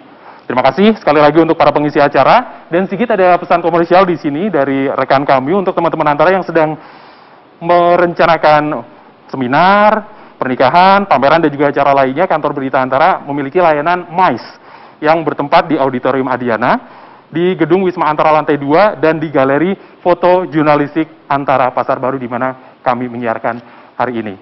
Mohon maaf jika ada yang kurang berkenan. Saya Hardi Irawan, pamit, mohon diri. Semangat Kartini, majulah insan Antara, majulah perempuan Indonesia. Wassalamualaikum warahmatullahi wabarakatuh.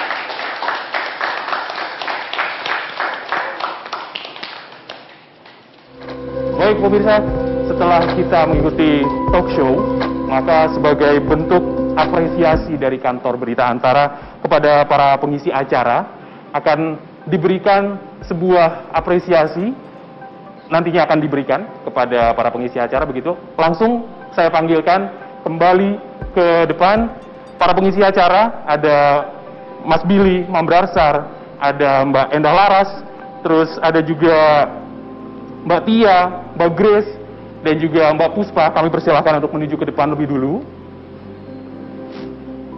Yang akan diserahkan oleh Ketua Dewan Pengawas Perum LKBN Antara, Bapak Widodo Muktio. Kami persilahkan Pak. Baik, sekali lagi kami panggilkan untuk dari setelah talk show menuju bersama Pak Widodo Muktio, Mas Billy, ada juga Mbak Tia, Mbak Grace, dan juga Mbak Puspa, terus diikuti juga oleh Mbak Endah Laras sebagai pengisi keseluruhan acara untuk menerima apresiasi dari Kantor Berita Antara.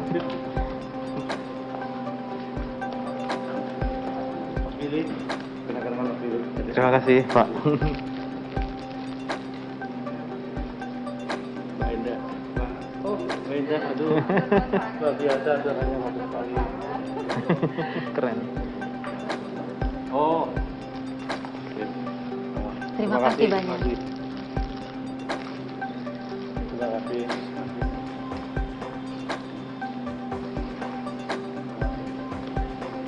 Baik, sudah selesai. Dilanjutkan dengan foto bersama. Kami persilakan.